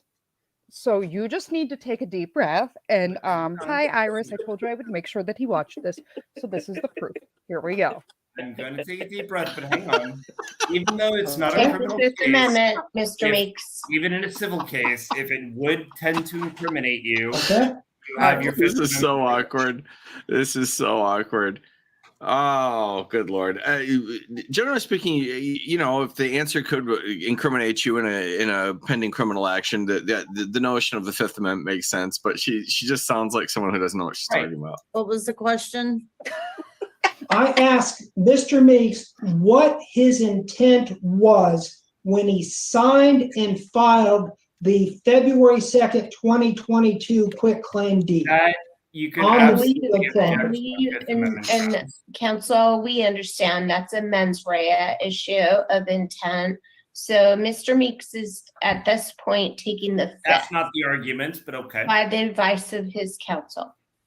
Unfortunately, Let's move- his counsel Who's is hammered, drunk. by the way. Okay, I don't know. I'm saying it's possible. There It's is an possible argument here. that his counsel is hammered. I'm not making accusations. I'm saying the possibility exists. Move on. Well, you don't get to say that. So what criminal penalties Althea would be in this? Do you have a penal code section? I can certainly, Your Honor, Fraudulent respectfully instrument. submit that to the court. Filing of fraudulent Okay. instrument. So, Oh my does God. your client not need to answer the question asserting? Let me answer the question. I don't care about that. Let me answer No, Mr. no, Meeks, no, Mr. Meeks, Mr. Meeks. Holy shit. John walks away. Oh, it gets worse. But the best is like this isn't the worst. And you don't. You want to volunteer the question anyway. For the love of fuck.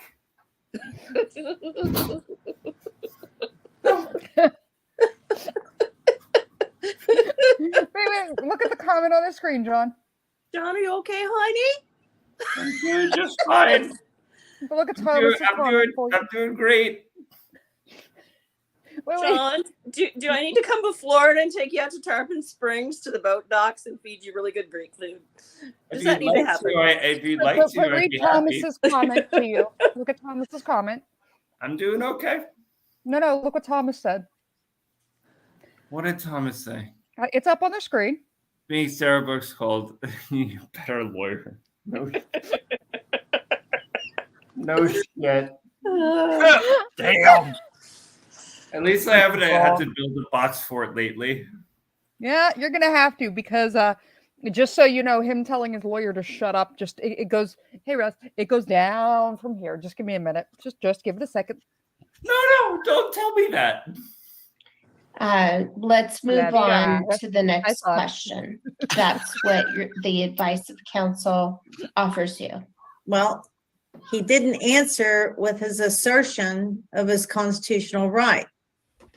You just Let me told him answer the to. question. That's all. Yeah. Your Honor, respectfully, I am advising my client To shut his damn move mouth. on to the next question.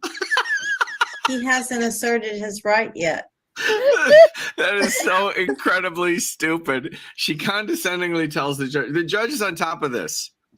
Judge is judge saying, is you trying to get him to inform me shut that up. he's about to assert his Fifth Amendment He's like, give privilege. me any But he reason. has not He's done like, so give me yet. any reason why to And tell she him to shut up. condescendingly comes back with, Your Honor, I told him to move on. The judge I mean, is literally you don't saying, need me "Give to tell you, but any I reason, and I in will case you give need to hear it from an attorney, It's I can't free, tell you lady. how just horrific.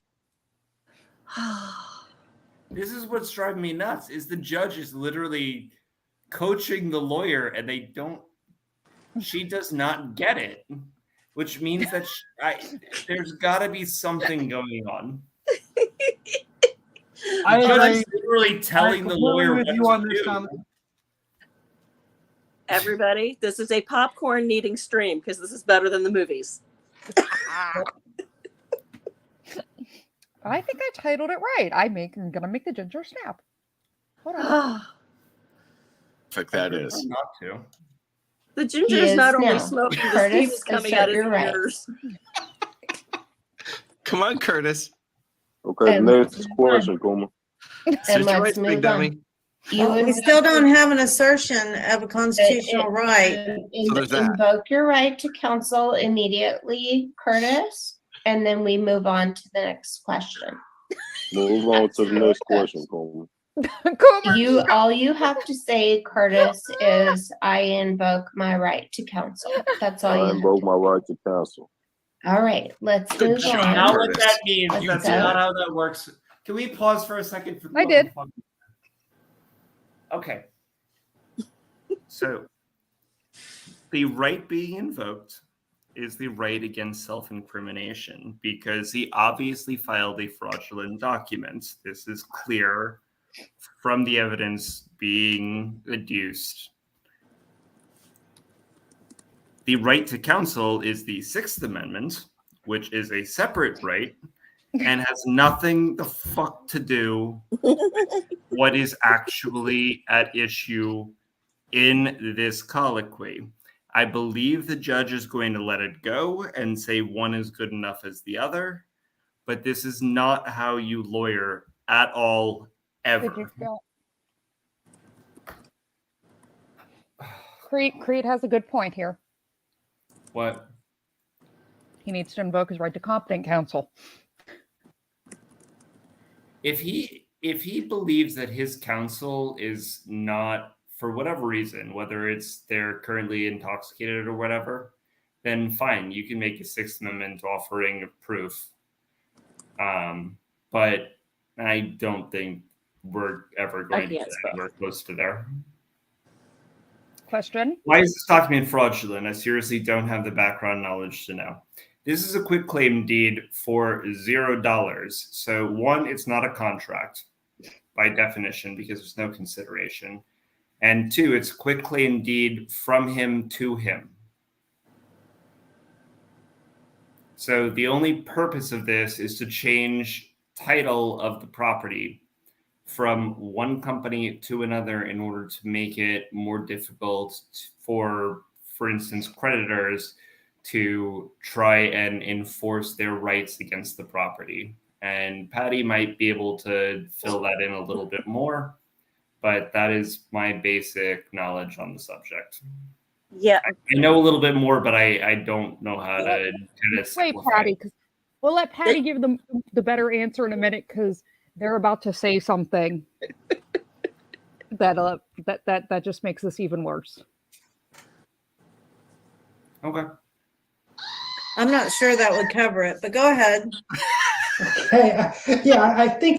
I like the judge. It's like, okay, close enough. We've got a life to lead here. Are you invoking your Fifth Amendment right against self-incrimination, Mr. Meeks, or not? He has a Fifth Amendment right to the U.S. Constitution, and that's what he's doing. Now she's going to condescend to opposing counsel. Oh, it's so good. It's so good. So let's move forward, please. Is that correct, Mr. Meeks? He only has to say it one time. His witness, he asked a question.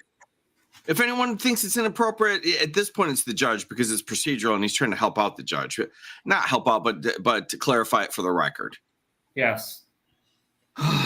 You're not the dictator, judge, and ruler of the universe.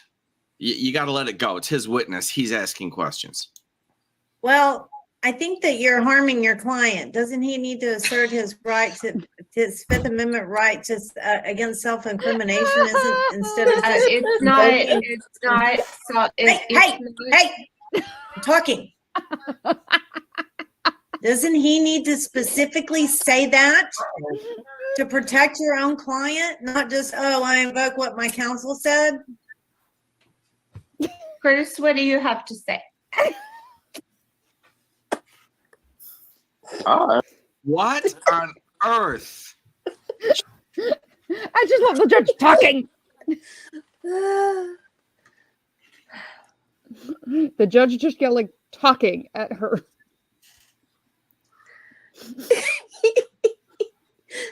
That judge looks like she's about to blow a blood vessel. I'm about to. Well, if you do, it's not so. It might not be as bad as the judge in this case, because they're not going to get a resolution if she does. They're not going to get a resolution anyway. Thanks, Croc. Glad to know where your priorities lie. Yeah. And the fact that this is going to be epic because we got an hour. Oh, fucking hell. We're only 2/3 through this shit. Now, John, you do know that my job at this point is to give you a hard time. I don't actually mean that as such. I don't think I have enough liquor in my apartment. Yeah, laughing. Hey. Yeah, the judge is like, no, talking. I have 2 bottles of 10-year-old scotch sitting here, John. You're okay. Send me You got 2 bottles? Send me one. Holy shit. Okay. Ready, John? Please. She's asking, the judge is asking the attorney, and she defers to her client, who is an idiot, as dim a bulb as you can find. Amen. And the reason is because she doesn't have the answer, of course. Because she's drunk. It's so awkward to watch. Answer all the questions they want me to answer. Ain't nothing criminal or nothing whatever Kuma's want to happen. None of that. It ain't nothing that anybody that's all spent over things. $800,000 to $900,000, almost $1 million on the property. Ain't nothing criminal about that. They can say whatever they want to say. He Thank wants you his for that non- main irrelevant rambling, Curtis. You know, if he got to deal with his client, Brenda with Allen, that's their business. I don't know what they got You going get 0 on. points. May God have mercy in your soul. I answer whatever question they want to answer for me. Well, the question was, what was your intent?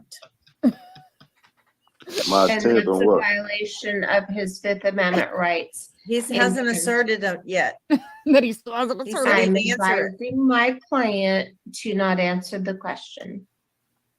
He You never don't get to do pled that. the fifth, you This idiot. isn't a You deposition. can't do that for That him. isn't how this works. I love the judge. You can't do that. This isn't a deposition. That's not how this works. That's not how any of this works.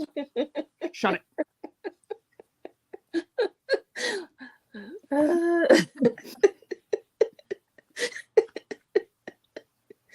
Claude, this is why you guys come to the lair, because you know I will find epic stupid. I'm just breathing right now.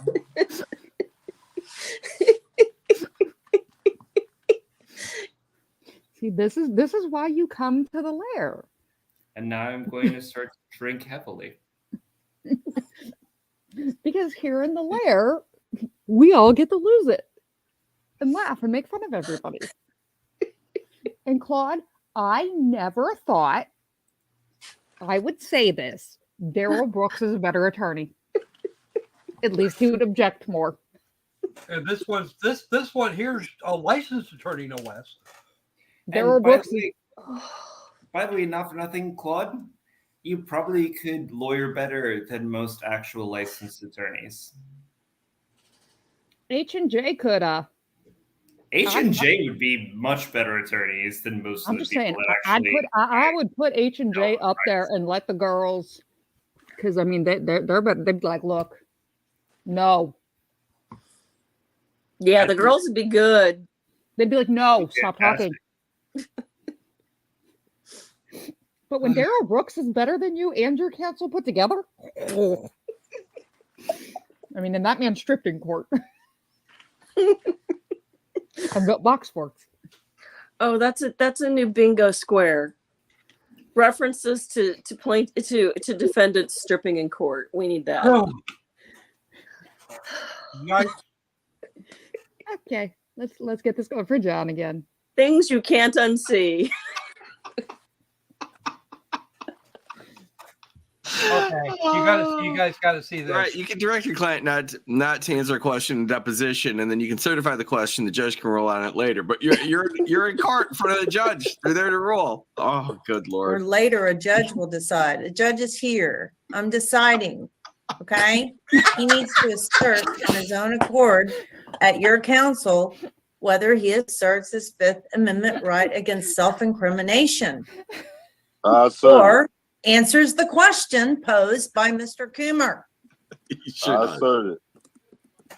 Okay. Thank you. Next question, Mr. Coomer. Okay. I asked the court to admit Exhibit D2, the February 2nd, 2020 quitclaim deed into evidence. Any objection? What is this? What is it? No, you don't get to object as your attorney, you idiot. That wasn't a question to you. There is an objection. I don't know what this is. I'm new in the case, so we're going to have a continuance. I don't know what this is. Okay. Overruled. That sounds. Yes, defendant's I'm getting into exhibit it. two Like a is great time admitted. for a continuance. Absolutely correct on the side. Did you or the lawyers ever produce the quit claim deed marked as Exhibit D2 through discovery?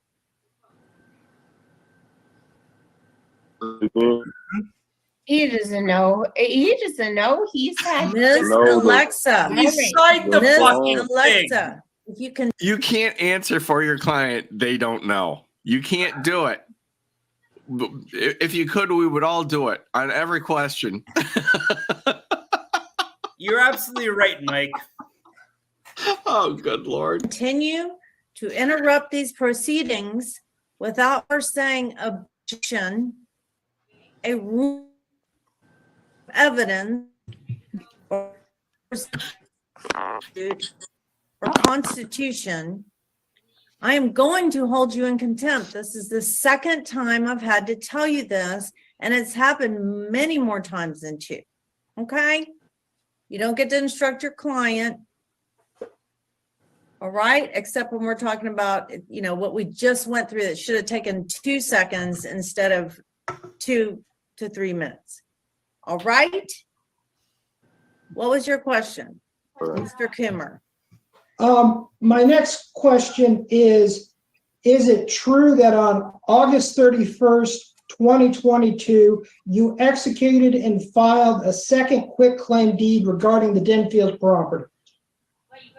Well, putting it back into AACSI like you wanted it to be. Is that what you're saying? Yes, I remember that. Okay. Mr. Bueller, can you put Exhibit D3, August 31st, 2022, quitclaim deed on the screen? Oh, here we go. Mr. Meeks, do you recognize the document marked as Exhibit D3 as the August 3rd, 2022 quitclaim number quitclaim 2 deed that we discussed? Get you guys through law school. Right. Put it, like you told me, put it back into right. AACSI. The way I put it in is the way I put it out and put it back. Okay. What the egg McFuck muffin? Why are you not paying literally attention to your fraud. lawyer? I know she's absolutely This is practically title competent fraud. and she's wasted, but seriously? Okay, so he just unrung the bell that he rang. Yeah, hold on. And then he's gonna say that you told me you would drop this case if I committed this fraud in a minute. So just hold on. This is straight up title fraud. Yeah, completely. Hold on. Hence my And did reference you to the sign- egg McFuck muffin. Yes, a question required a one-word answer, and he starts getting the explanation the entire time, and of course it's because the guy's full of it. Okay, so you do recognize this quitclaim deed, correct? Yeah, I signed it. And then you did review and sign this document on page 2, is that correct?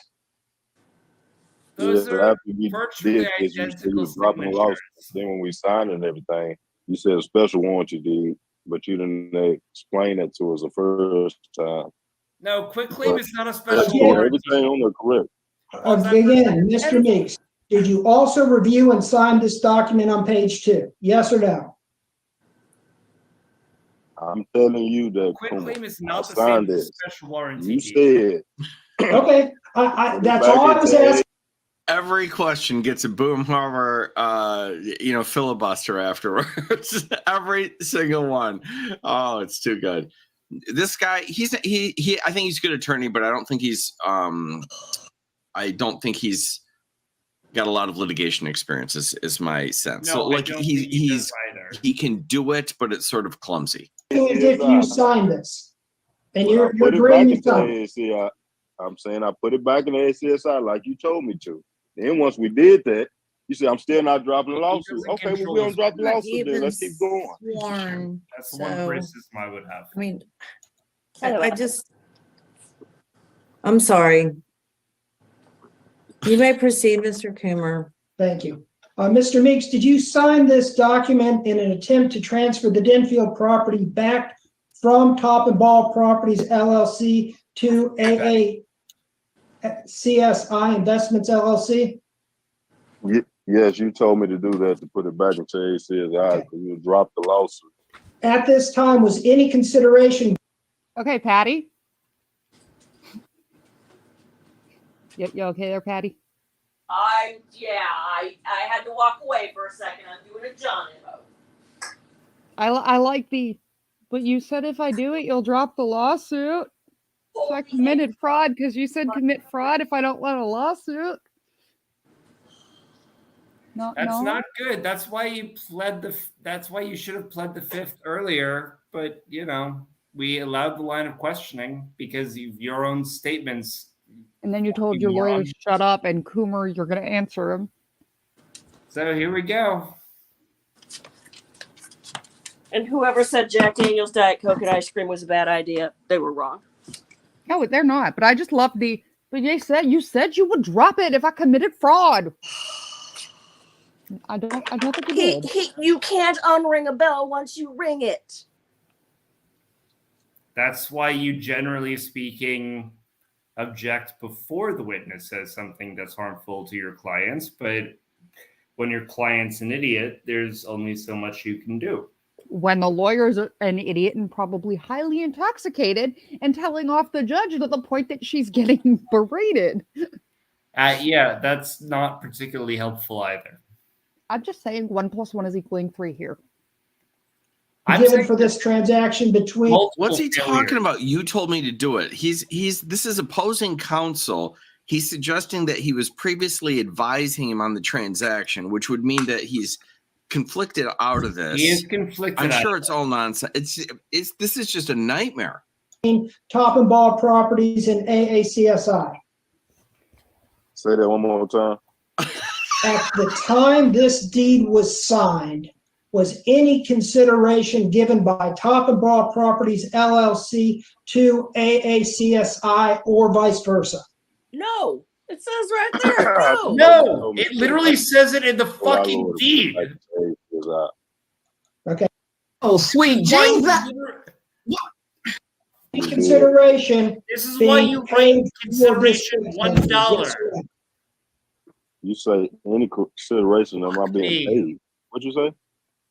Did any money other than this quitclaim deed or any other property transfer between Top and Ball Properties LLC and AACSI Investments during the August 31st, 2022, when you signed this quitclaim deed? No, they said that you paid out to Miss Brenda on some other things. Okay, not this. I didn't get paid nothing. They paid so you. no consideration. To be clear, no consideration accompanied this quitclaim deed, correct? Objection. You the only one that's been getting paid. Facts not in evidence. Harold, You was can't- that's not how that consideration works. paid or not, Mr. Meeks? Nobody better, wants to pay Jerry. you, Honor. He's trying to put. But Kuma with us. He doesn't understand what consideration By is. whom? No, he doesn't. I guess from his clients, He's Island trying and to Miss put Brenda, the I guess. facts and evidence. I represent to the court, I was not paid for this quitclaim deed. This is a quitclaim deed you signed and you filed. Is that correct? No, we got told, Jameson told me what you told him to sign it, and we're going to drop the lawsuit with Top and Ball. So that's what we did. Put it back and CSI. Then once we did, he said, nope, I'm still not dropping the lawsuit. It's hearsay. It's So not that's where we responsive. at today with You that. got to object. Okay. I asked the court to admit exhibit. I don't even know where to begin. He's gonna this particular screw up goes in his favor, so he's gonna let it go. It goes in his favor, but he's going to have to hound it because, again, this is a bench trial. So he's going to need to get the judge to know that this is an illegal contract because there is no There's no consideration. There's no consideration in this contract at all, by definition. I'd like to see him pay himself $1. That would be That's what- great. that's what- And then that's take what legal he should have fees. Uh-huh. And then take legal fees for the trouble. If he had said $1 and can make the claim of, okay, I have $1. That's it. That's all you have to Again, do. all you have to do is write on that fucking quit claim deed $1, and you'd probably be okay. But he's too Well, I have another stupid to question. do that. Iris? Simeon, most of the time when you see the deeds and the quick claim deeds, they're from $1 to $10. They're usually not very much. They're It's usually $1. I would like to say, Iris, I think the only bar she passed was the one that she sat for the state of Texas, because it appears to me that she has not passed any bars since then, that she has stopped at every single one of the ones on the way here. Yeah. And yes, Claude Simeon, $1 someone got a great time last consideration night. is absolutely sufficient to legitimize the contract. But 0 is not consideration. You need to get something. And what was it? It was peppercorn is enough in consideration for a contract. But nothing is not consideration. And see, in Pennsylvania with some of the stuff, you can't even do $1, because when my dad signed my car after high school over to me, he wasn't the Pennsylvania is no, it can't be $1. It must be, I think it's 20. They do have a minimum here in PA for some reason. It's a minimum amount because of salvage titles. Yeah. And that's why if it's a car that's actually running, they make you pay a little. Arkansas, I think, was $500 the last time I checked. Yeah, I know with certain things. Yeah. And it's just they want the minimum amount of taxes. Otherwise, it's considered a salvage title and you can't get license plates on it. Yeah. But, yeah. But interestingly enough, because of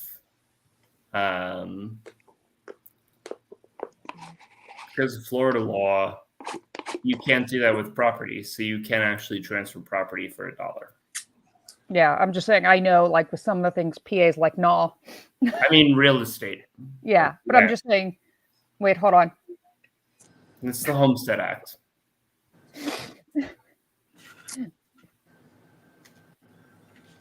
Come on, everybody. Make sure you hit the like button for us. This is entertainment at its finest. Absolutely. Make the algorithm Almost 30 work. of you in here. I better see some likes. Let's continue on, everybody. Yeah. God You hates got a that. firearms expert, a lawyer, a real estate expert, and a computer analytics expert all at the same time. That's Dying of pretty damn laughter. good. Well, All for free.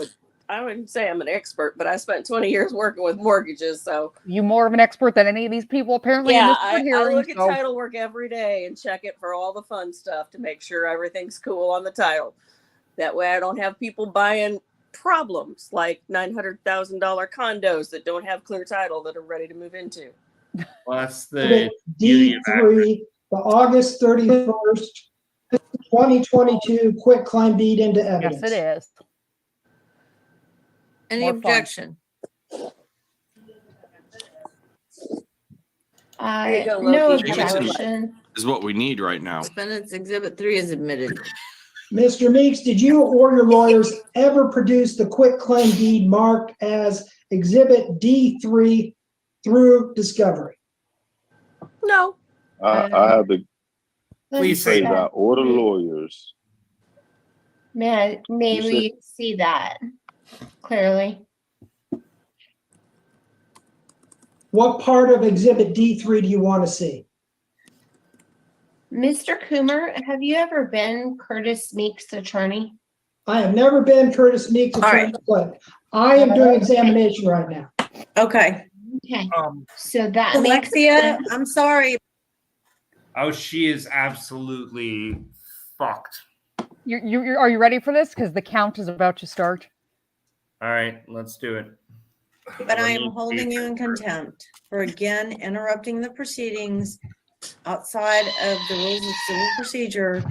When you are on, your client is on cross-examination, really the only thing you can really say is object and give me your reasons under the law. and I've warned you 3 or 4 times, I am holding you in contempt. You may proceed, Mr. Coomer.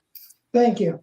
Mr. Meeks, are you aware that last August and September, my clients attempted to mediate with Top and Ball Properties LLC, ACSI Investments LLC, and you? You say that we have an examination on. Say it again. What'd you say? I'm saying that last August, September, I made requests to your attorney, Jameson Watts, to mediate this case. Are you aware of that? Yes. And did you refuse to mediate with either one of my clients at that time? No, I mediated with one of your clients, with Alan Guyton. Yes, we mediation, and we was in mediation, so we did. I did do that. Okay, let me clarify this now. I have never represented Alan Guyton. I represent Brenda Walton and Walton Homes LLC. No, he told. Understand that. He told me that you gave him. He told me that Alan told me you put what the. Well, he told me that you represent him in some of the cases, and I don't know which one it was. You're not you wrong. also represent Brenda Walton. So I just want to know which question are you asking me? Is it about Brenda or Alan? I don't know Brenda. I don't know Brenda from anything. I know Alan, but I don't know Brenda. Okay, let me be clear. You are entirely welcome to snark. Did you refuse to mediate with Brenda Walton and Walton Homes LLC last August and September? Oh, you talking about Brenda? Did I recall? No. Oh yeah. Brenda. I refuse on that. That Brenda, the one I've said 3 times, I don't know. Oh, that I one. remember Brenda. Oh, bless him. He's a special kind of punch drunk. Do we know that this guy was actually a boxer at some point?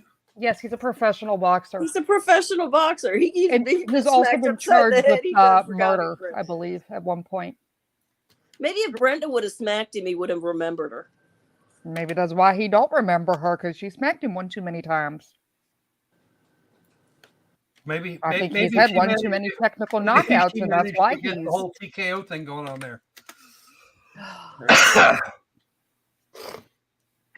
John. Are you John? Yeah. Okay, John, come back to us.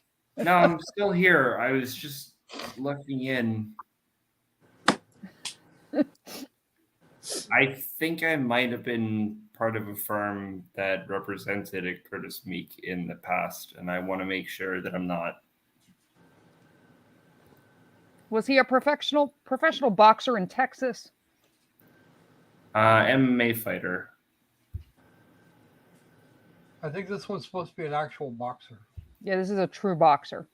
We can ask Google. And I'm good. Yeah. Let's ask Google. Google knows. I just everything. wanted to make sure that I wasn't doing anything that I shouldn't. Yeah, no. Because I actually have professional ethics, unlike this drunk bitch who's representing a client. Oh, shoot. www. Oh, I got to send this to Loki. What? Curtis Meeks Jr., 33, charged with aggravated assault with a motor vehicle Saturday. Oh, score! Right. 22nd, 2016. How do we make this better? Yes. Hello, Miss Hedinger. We haven't seen you in forever. Is that our aunt? Is that our auntie? I hope that's our auntie. Oh my God. This I'm sending you the man. link. Okay. But let's go back to this while we can get poor John over here. No, because I don't know her. Oh, that Brenda, that one, the one you were referring to the first time. Clearly, I'm going there talking about it, but I don't know this lady. Okay. But you went ahead and had a mediation with Alan Guyton, is that correct?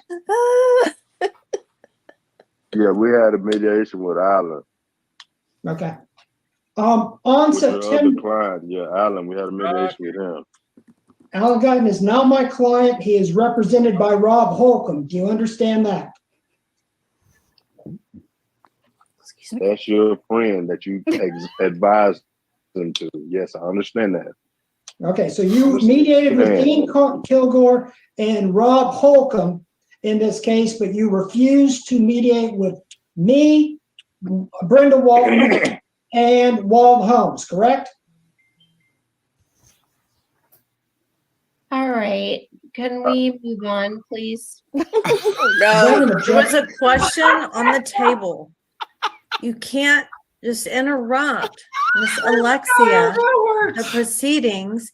You were not the judge. You weren't elected to tell a witness to move along while there's a question on the table. I have thrice told you, please do not open your mouth unless you have an objection. And you again did it. So I'm upping your contempt. I'm going to issue a show cause order. You'll have an opportunity to argue why you shouldn't be held in contempt twice so far. 2 times. Answer the question. Do you remember it, Mr. Meeks, or do we need to read it back?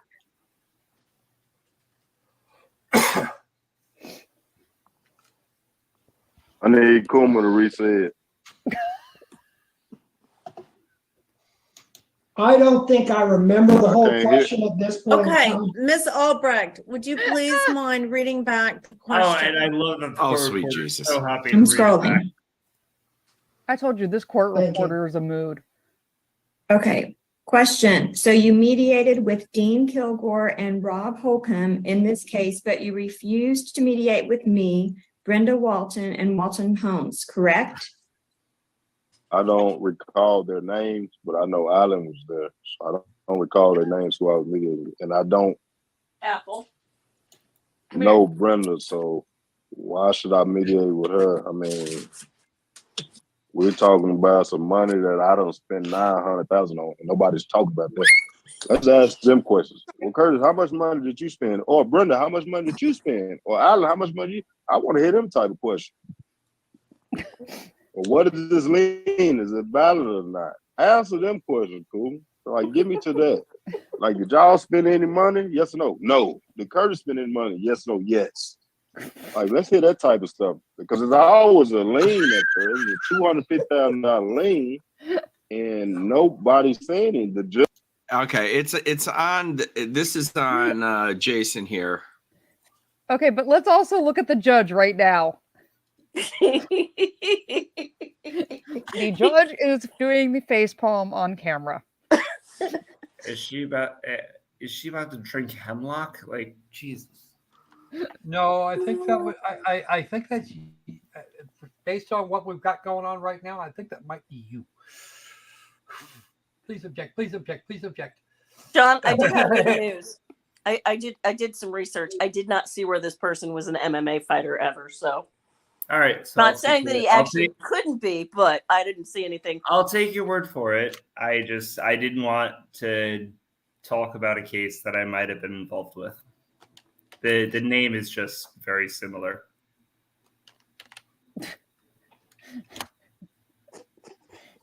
Maybe the name is just common amongst fighting creatures. Whatever. I like this one. I'm not going to comment on that. That seems like a bad thing to comment on. No. That would be knowledge. No, it would be a knowledge gavel. It's a knowledge gavel. It would be a gavel. Okay. Yeah, but this poor judge, she's like, can you please just shut up or someone object to this already? I think she's more like, why to did tell I this go to work witness today? to shut up and answer the question, or object and say, Judge, please instruct the witness to answer the question. He just lets him run over him time and time again. Yeah, he's good, but he's just not used to this sort of adverse witness. Well, how long do you let them go? You know, it's actually fairly common. You got to You have let some them game go to as deal long with as that. we Judge keep them nobody going. on that and say that. This and judge it is over valid here or like, not. Nobody don't want to get to those answers. They Okay, want to we're talk about some other wasting stuff. court time. Y'all are wasting Please my time. start earlier when you can Object see it's earlier, like non-responsive. the We're first running word. out of time. We're, I will, Your Honor. My apologies. On Okay. September, we're on gonna Sep- have to get this done.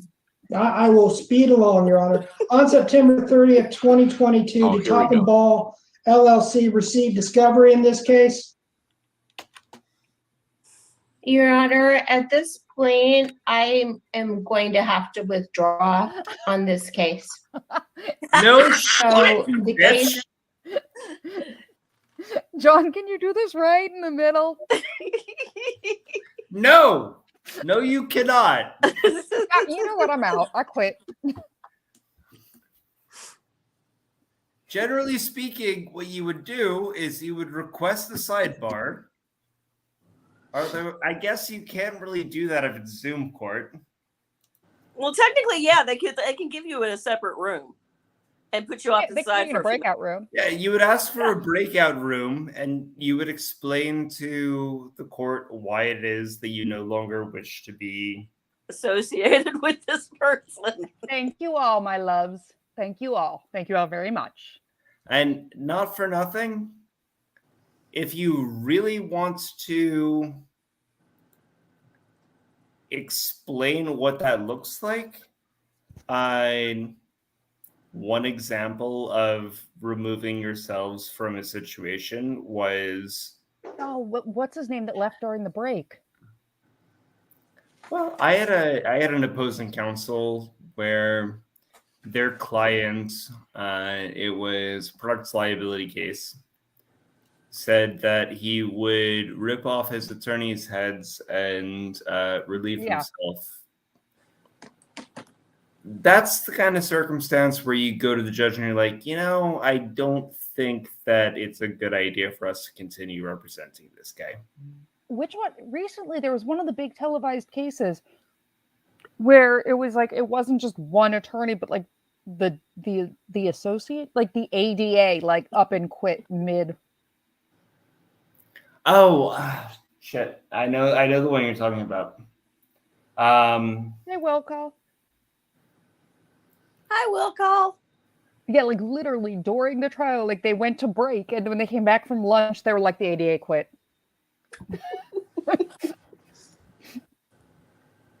Hang on, give me one But second. I just like it how she's like, objection, Your Honor, I quit. And the judge is like, no. That's not quite how that works. The judge is like, no, that doesn't work. But she's hopeful. You'll have to make some motions. And Maybe then she Do it right in the middle of a hearing. Wait, maybe she thinks she's about to pass out and she needs to leave. That was the Ortiz case, which Yeah. I don't want to talk too much about because those are the two videos that YouTube actually retained their demonetization on. That's fine. No, I'm just saying that, like, with Ortiz, I just remember, like, the AD was like, I'm out. Yeah, he literally quit during the lunch break. He went to lunch and said, I'm just never coming back. Yeah, but I like this one. Judge, I quit. No. Fair enough. That's usually how that works. Yeah, we would have to ask Ben about that one. Okay, let's continue. Denied. well, the case cannot proceed further. I love that Mike has You this can't withdraw thing. mid-testimony during a hearing. Oh my! Oh Lord, I didn't see this part. Holy! Yeah. I can't even believe it. I mean, she's doing a horrible job. She'd actually be doing everyone a favor. You could request, but you would have to give some basis and request. And she just announces it to the judge as if the judge has no choice. Holy! Also, oh my God, here we go. So I must proceed with a withdrawal. I do not feel that the judicial temperament has been fair for my client. That's not correct. Oh. No, you did not just do that, woman. That's Oh, not shit. grounds. That's grounds to fuck over your clients. That's not grounds to withdraw. But how do you just like, I'm going to withdraw, judge, you're corrupt. Like, Judge, I don't like you, so I'm going to abandon my client and just abandon ship. And look at the judge's face right now. I know better than that. I know better than this. I just like the judge's face. No. Can we just call contempt a fourth time? We're getting there. Don't worry. I told you she's the count. All right. Oh, good Lord. If you're withdrawing, you have some reason for doing that. If you're saying you don't like the rulings, you can appeal them. But you're I mean, this is just you have a good. duty as This an is just not attorney. good. You're sitting here insulting the you. First of all, you have no basis to withdraw. It's too far along. You gotta complete it. Secondly, you're now just stepping on the toes of someone who's clearly going to make the determination on this hearing right now, which doesn't matter much because you have a complete loser. Your client's full of it. That much is clear. And I am not proceeding further. I'm not doing it. You can't make me. That's it. I'm not doing this. You can't make me. That's a great way to. You can ask me some more questions. I'm here to answer. The judge is like, you can see her face.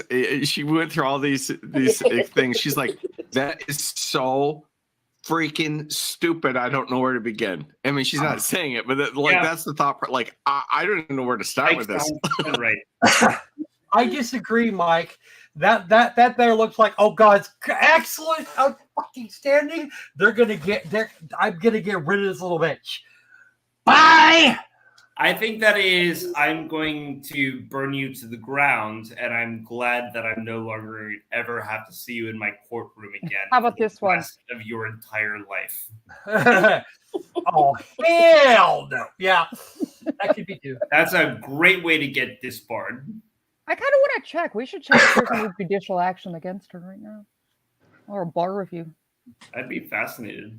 Is she an associate? That's her law firm. Hold on. I've never seen Hold on, anything I so got dumb. Okay, all right. Let's see what she does. I can't wait to the And I have Curtis. I have accurately and fairly represented you. I have invoked you to All right. Okay, I'm cutting you off. Yeah. Mr. Coomer, your next question, please. Thank you. I am, Your Honor, what I demonstrate or consider with your behavior there's your is fourth, inappropriate. there's your fourth charge, lady. Okay, well, you can file something with judicial conduct or I know, whatever. And this you are now hearing- being held in contempt for interrupting again for the third time. I've actually helped your client because you're not instructing him properly on how to invoke the Fifth Amendment. So actually, I've been fair to your client. You have been. All right, so Iris is saying. No, I think he would be better off without you, frankly. So, but I am not excusing you. So, how much trouble do you have to be in for a judge to be like, look, you better off without him? I was gonna say Iris because I just pulled up her bar number, so I was looking now too. Yeah, I already pulled her up and looked. There's no disciplinary actions on file currently. I don't know. Hey, I'm That's not. insane to me. But I just love that this judge is like, no. Do you know how fast I would be disbarred in Florida or New York for their behavior? Half an hour, maybe 45 minutes. I certainly would be getting a letter saying that I have a hearing. Oh, you know I'm checking this in like a month. Good night, CCW and Jessica and everybody. I'll talk to you guys later. All right. Night. HNA and J. Good night, ladies. Oh, you know I'm not. You know we have to check on this bar thing like in a month. You know how? Do you have any idea how quickly I would be getting a letter in New York or Florida? Yeah, before this was over. Yeah, The post the office letter will would be have in the that to your mail house. by the time this hearing was done. Oh, I actually have to They would have had Amazon To send it delivery to you bring by it to you. post, you an email saying, "Show up here or be screwed." No, I just think they'd have been like, just click this link to the breakout room where the rest of us are waiting. I mean, look, if it's Florida, they're like, show up in Tallahassee in 2 days or forfeit your license. Yikes. Okay, well, we're about to go downhill even more, slightly. Yeah, Florida don't play. Don't. I never there's a made an show up in appearance. Tallahassee Okay. in Oh, 2 wait, days hold or on. forfeit Did you your hear what license. she just I said? have never seen that. Say that again. Hold on. So I said, ready? Have invoked you to All right. Okay, I'm cutting you off. Yeah. This Mr. is at this Coomer, your point- next question, please. Thank you. I am, Your Honor, what I demonstrate or consider with your behavior is inappropriate. Okay, well, you can file something with judicial conduct or that I can be know. whatever. And this, And this you are now hearing- being held in contempt for interrupting again for the third time. Wait. I've actually helped your client because Just wait. you're not instructing him properly contempt on how to charges. invoke the Fifth Amendment. Wait. So actually, I've been fair to your client. You have been, I think you would be better off without you, frankly. So, Hold on. but I am not excusing you. Hold on. So don't, I never made an appearance. okay. Ooh, What? I have never seen that You never made an appearance? And in over 20. before. You've never made an appearance. Didn't you say There you we were go. appearing for him like at the beginning of this thing? Yeah. Did I miss something here? I have some serious I have questions. questions. Apparently, Sod, she can. I like this one. Mayor Wrench over here. Career 3, 2, 1, boom. Hello, Sanji. And there is a Sanji one. There's a Sanji saying something similar. That's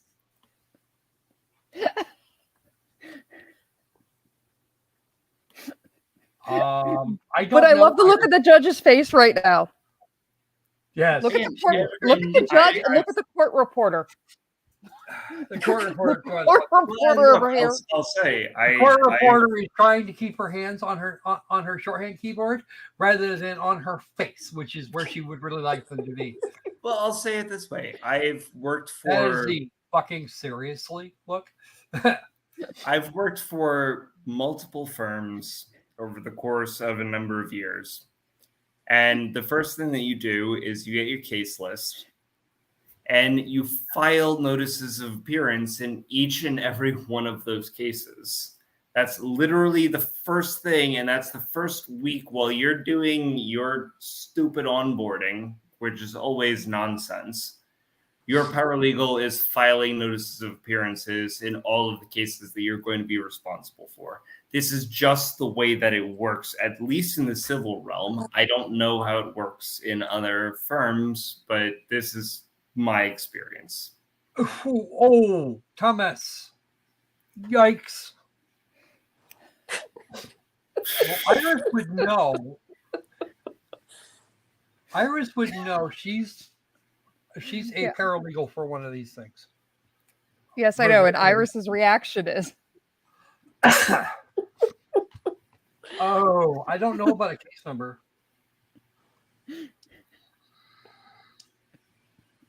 I don't know. We could probably find it if we have to. I know, but I love this one.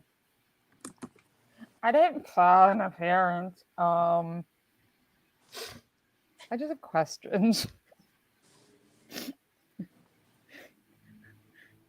I have so many questions. I handle it. When I was working for a firm, I had about 120 or some odd cases at the time. But I just love this lady.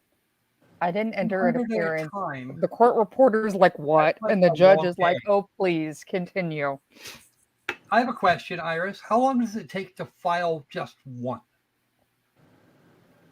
Because you're talking about 200. I'm thinking that's a really long day in front of some poor clerk. No, You because can you don't have to do it. It's all electronic filing. So, worst case scenario, maybe 30 minutes. Yeah, if that. Okay. Well, it depends how many exhibits you have to scan in.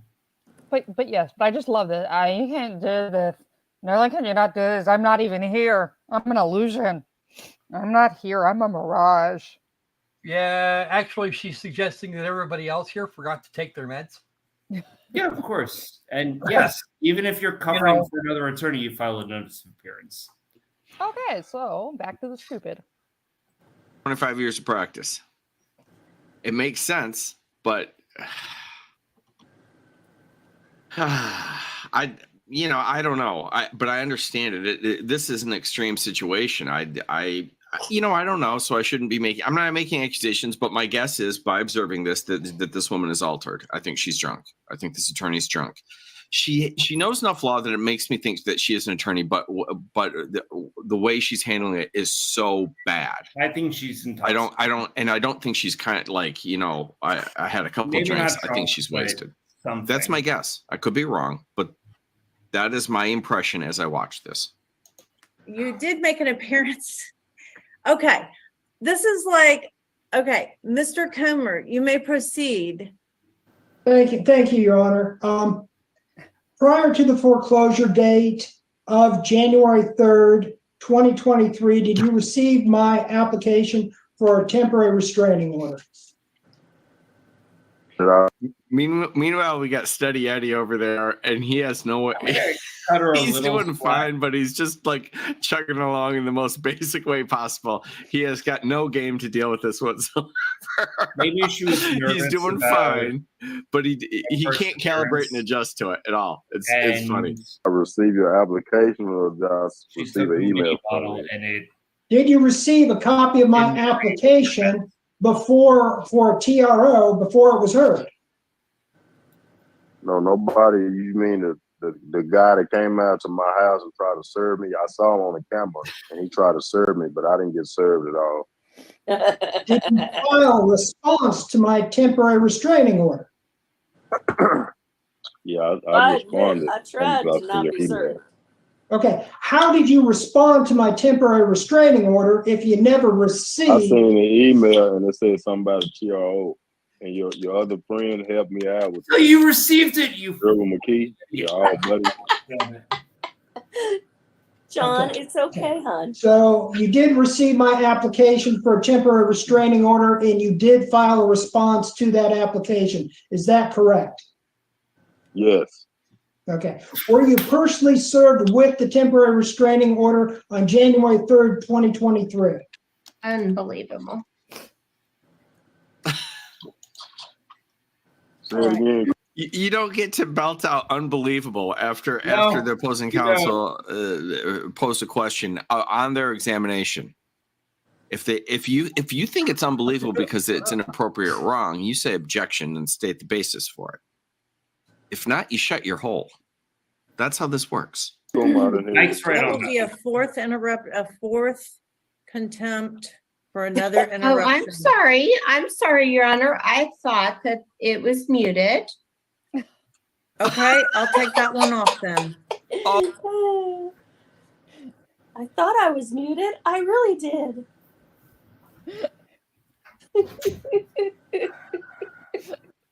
What the fuck? It's okay. John thought he was muted. He thought he did. YouTube. It's another goddamn thing. When you're on Zoom in a goddamn courtroom. Loki, John forgot to use his pen. How is that an excuse? And yeah, I know I didn't bother to mute myself. I was just pissed off. Okay, I'm back. I was highly amused by that. I'm highly entertained. I told you. I thought I muted myself. No. No. I knew I wasn't muted at that point. I just I know you, but I'm just saying this lady. Gosh. Yeah, we know you didn't bother to mute. It's okay. We get it. Oh, bullshit. No way. And the judge doesn't believe it either, but she's She's trying to placate her a little bit. She literally just wants to get through the freaking hearing, which is appropriate. That's all the judge is trying to do. You're still at 3. Were You may you proceed. Thank you, Your Honor. Were you personally served with the temporary restraining order on January 3rd, Well, thanks, lady. I 2023? told you it would be worth it to come subscribe and come join the Lair. That could be the case. Okay. I think it Mr. is. Bueller, would Glad you to have put you here, lady. Exhibit D11, Meek's temporary restraining order, up on the screen? That's possible. Do you see where the citation states that you were served with the TRO writ on the 3rd day of January 2023 at 9:50? I wasn't. Are you talking about the TRO for the foreclosure deal? Well, I loaned out some money, the same thing as Park Place do you Funding think did. they were talking and I about? didn't get paid, and I actually foreclosed. So you talking about that TRO? Oh my God! Somebody go run public records on this dude and see how many TROs he's got sitting out there. Please. I He must ignored have it. 5 or 6 if he's gotten this. How many public records do you think that he's fraudulently filed? A few too many. I don't know, but I love this line. Oh, that one. Well, I saw Here we them on the go. camera, but they didn't actually serve me because I didn't let them in. So, Okay, that's not great. That's not a John great. looks like we broke him. Loki, I'm getting worried. John looks like he's about to lose his shit. I'm gonna be fine.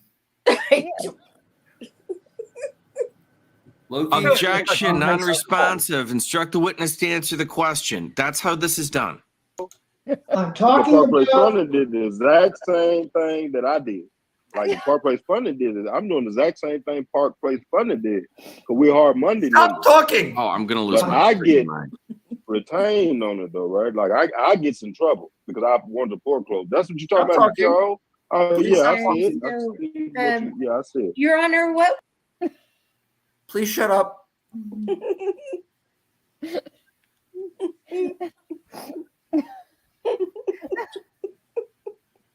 We're up to 30 viewers. Keep them coming, guys.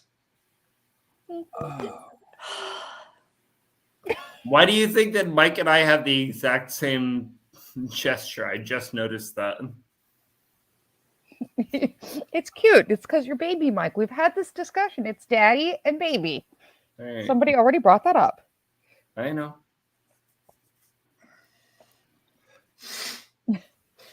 Please stop talking. Please just shut the fuck up. Yeah, they don't have that ability. You're literally going about implicating other business partners or yourself, who those other people are, in some cases, potentially, allegedly. Sod has me on this one. I'm sorry. No, the judge goes to her house and makes a ruling from her living room. Because of course that's where she is. God damn it, son. And I am responsible for both. You are responsible for both. That is Let's fair. continue. All the things. What would you like me to do in this position? Shut your hole. You just need to sit there and be quiet. She said we got to be quiet. And they call Her client even agrees with me.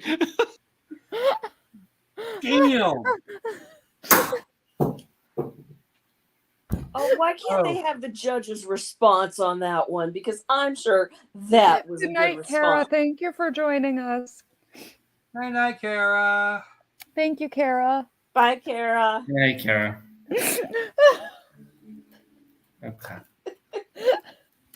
I already destroyed one lighter. We're gonna go on to the second.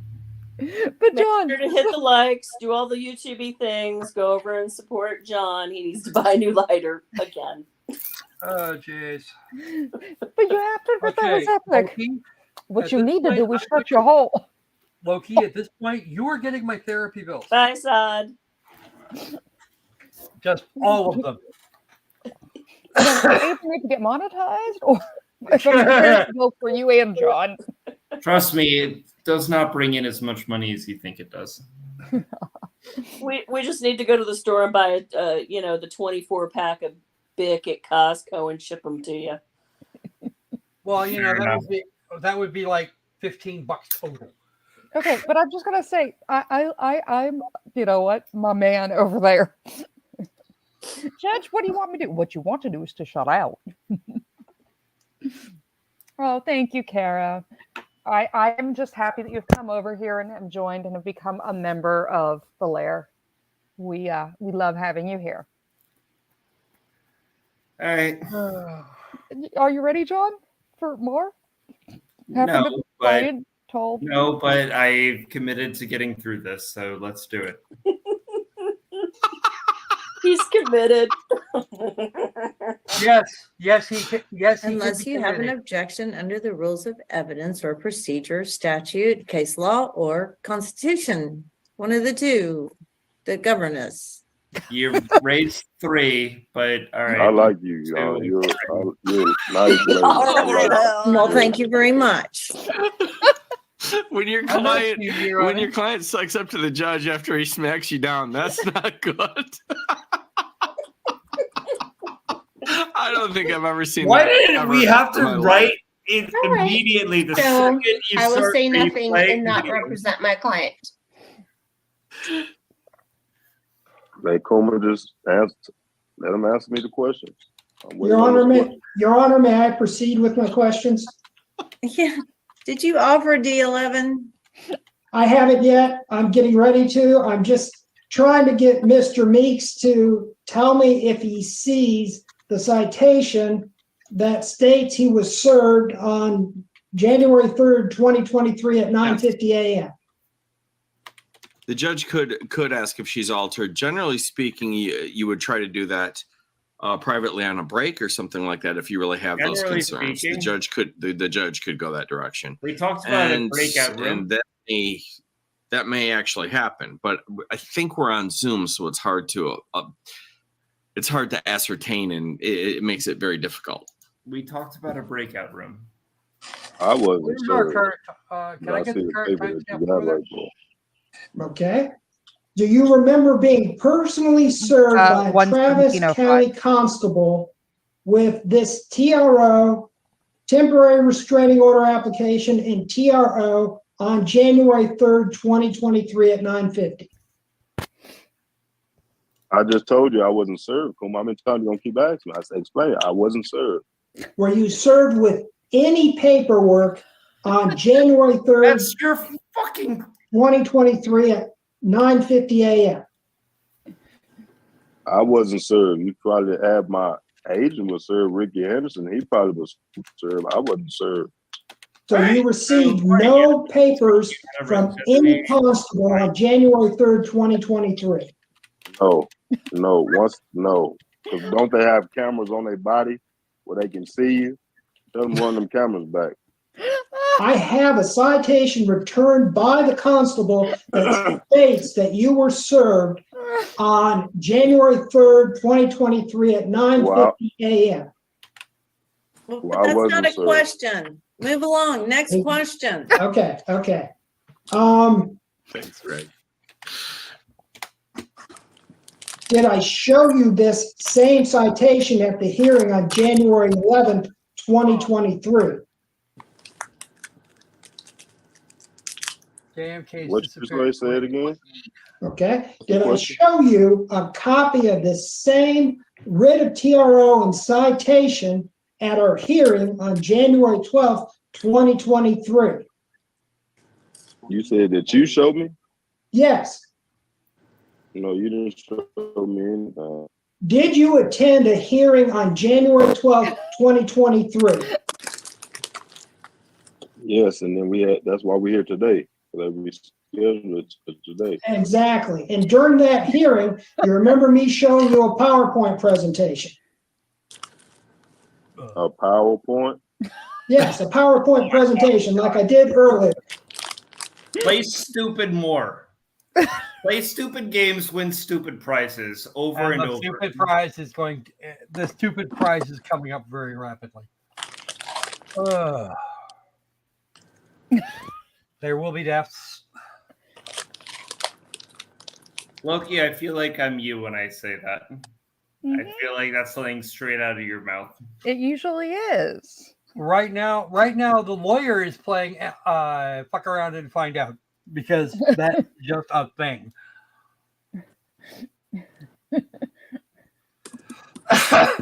Okay. Wait. Okay. And you know, Claude, shockingly, you might not be wrong. I want that. Well, I went over the documents in this case, I and want the I explained how you violated the TRO, and I showed how No. you I were already have. personally Don't worry sued about it. with the TRO. Do you remember that? I mean, you showed a lot of papers, Kuma, but I don't be understanding what are you trying to get to. You just trying to say you trying to take my money? You want me to give all my money to you? You and your client, Ms. Brendan Allen? No, all he really wanted you to do was sign a special warranty deed, putting the property back where it was supposed to be. That's what he Judge wanted. lost it. And he gave you a lot of Okay, but opportunities to do that. Why All wasn't right. doing it? Do you want Patty. to explain that for a second? Because I know we've been going on for a little while, but Yeah, would but you Patty. like to explain, folks, what the difference between a special warranty deed as opposed to a general warranty deed? But I love patties. Ugh. Where is Patty? Is she not here?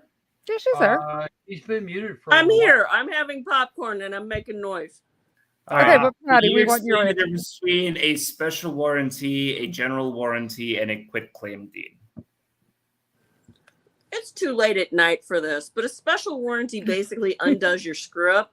A quitclaim will transfer the property for a small consideration just to put it into somebody else's name. And a regular warranty deed is you've purchased the property and you've had a title search done, making sure that you have the property free of all encumbrances. There you go. I just love this judge. All they want We have you people to float do- in and out, so sometimes it's not that bad to reiterate. Oh things. yeah, no. I just love the judge. All they wanted you to do was sign the paper and stop. Yep. Oh, that's okay. We're about to find the brick wall. I'm listening to Kuma because it's Hey, not his Sassy. property. We're going Hey, for a Sassy. court for a lien, $250,000 lien. That's And what good we're luck going to for. you. I'm not right. I hope the luck do change. I hope it changes. I'll be glad when you rule on it. I want a judge to rule and say, Curtis, you lost. All the money belongs to Coomer and Alan and Miss Brenda, and that's it. And I'll be happy with that. I'll be done. I don't have nothing else to say. Could we be over with? Exactly. Do you understand that I've told you today and I told you on January 12th in both hearings Can't tell me nothing. hold on, let me finish my question. That you violated the temporary restraining order in this case. I didn't violate nothing. That's the same situation that Park Place funding. I do not If want I to go back violated to something, the Park first Place year funding property violated law. something. I didn't violate nothing. Have you ever reviewed the temporary restraining order in this case? I reviewed it Okay. after the fact. Do you understand that the temporary restraining order prevented you from encumbering this property, that it prevented you from transferring this property, it prevented you from foreclosing on this property, but you did that anyway? You're sure to admitting everything. No, the lawyer told me that the TRO wasn't active yet.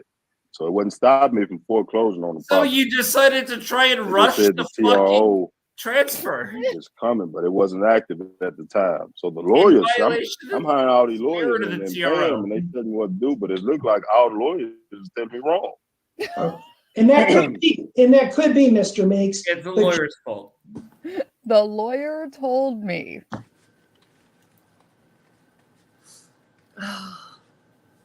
You literally admitted that you tried to rush the transfer before the TRO went into effect. And your lawyer Literally told you admitted to that do on it. the stands. He's not a smart man. Yeah, you were intentionally trying to avoid a court order, And you admitted all of that. Great. And you know what? In fairness, Laughing Willow, maybe the lawyers did tell him that. I don't know. I don't think an ethical lawyer would, but you know, there are some Especially bad not apples. 5 of them. You assume there's an ethical lawyer anywhere in this. Well, we've already established he's gone through 5, so I'm sure out of those 5. I would suggest maybe the first 4 were like, you know, I don't think I really want to do this. Joe, what we're not going to do is have a part in any of this.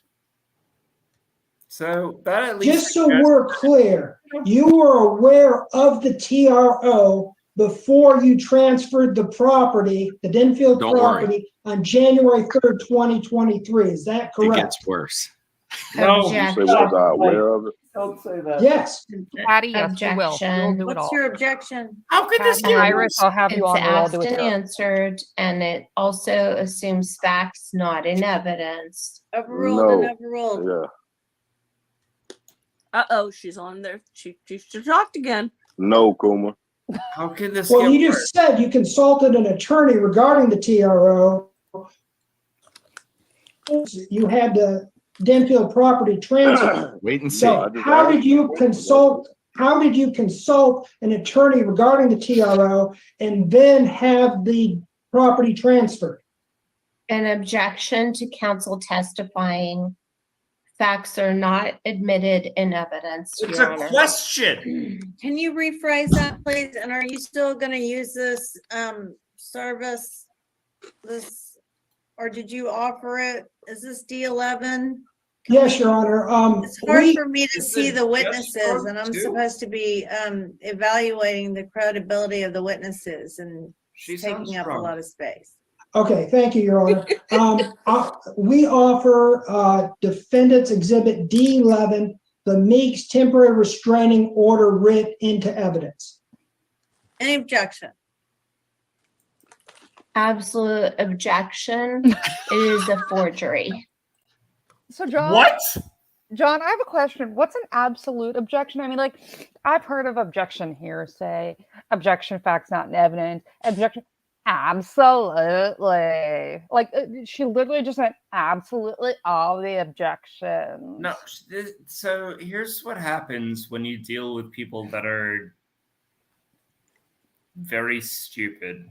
In a lot of the cases, when you're dealing with pro se, is you have 2 jobs then. You have to translate their bullshit into actual legalese so that you can respond to it and kick it out.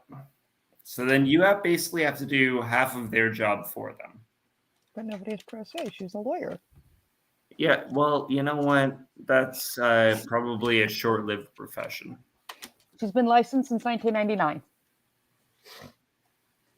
Are you kidding me? Nope. 11 of 1999 in Texas.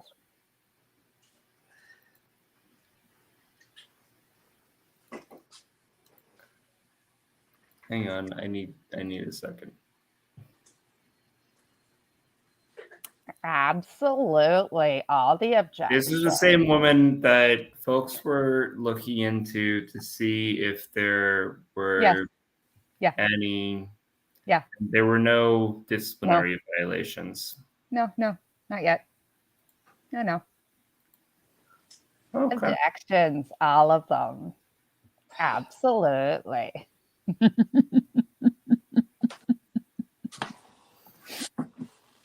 Huh.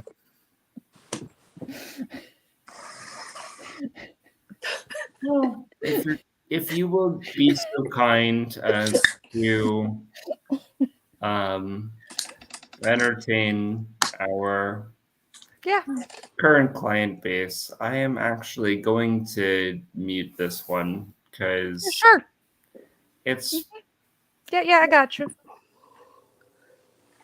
I'm broken.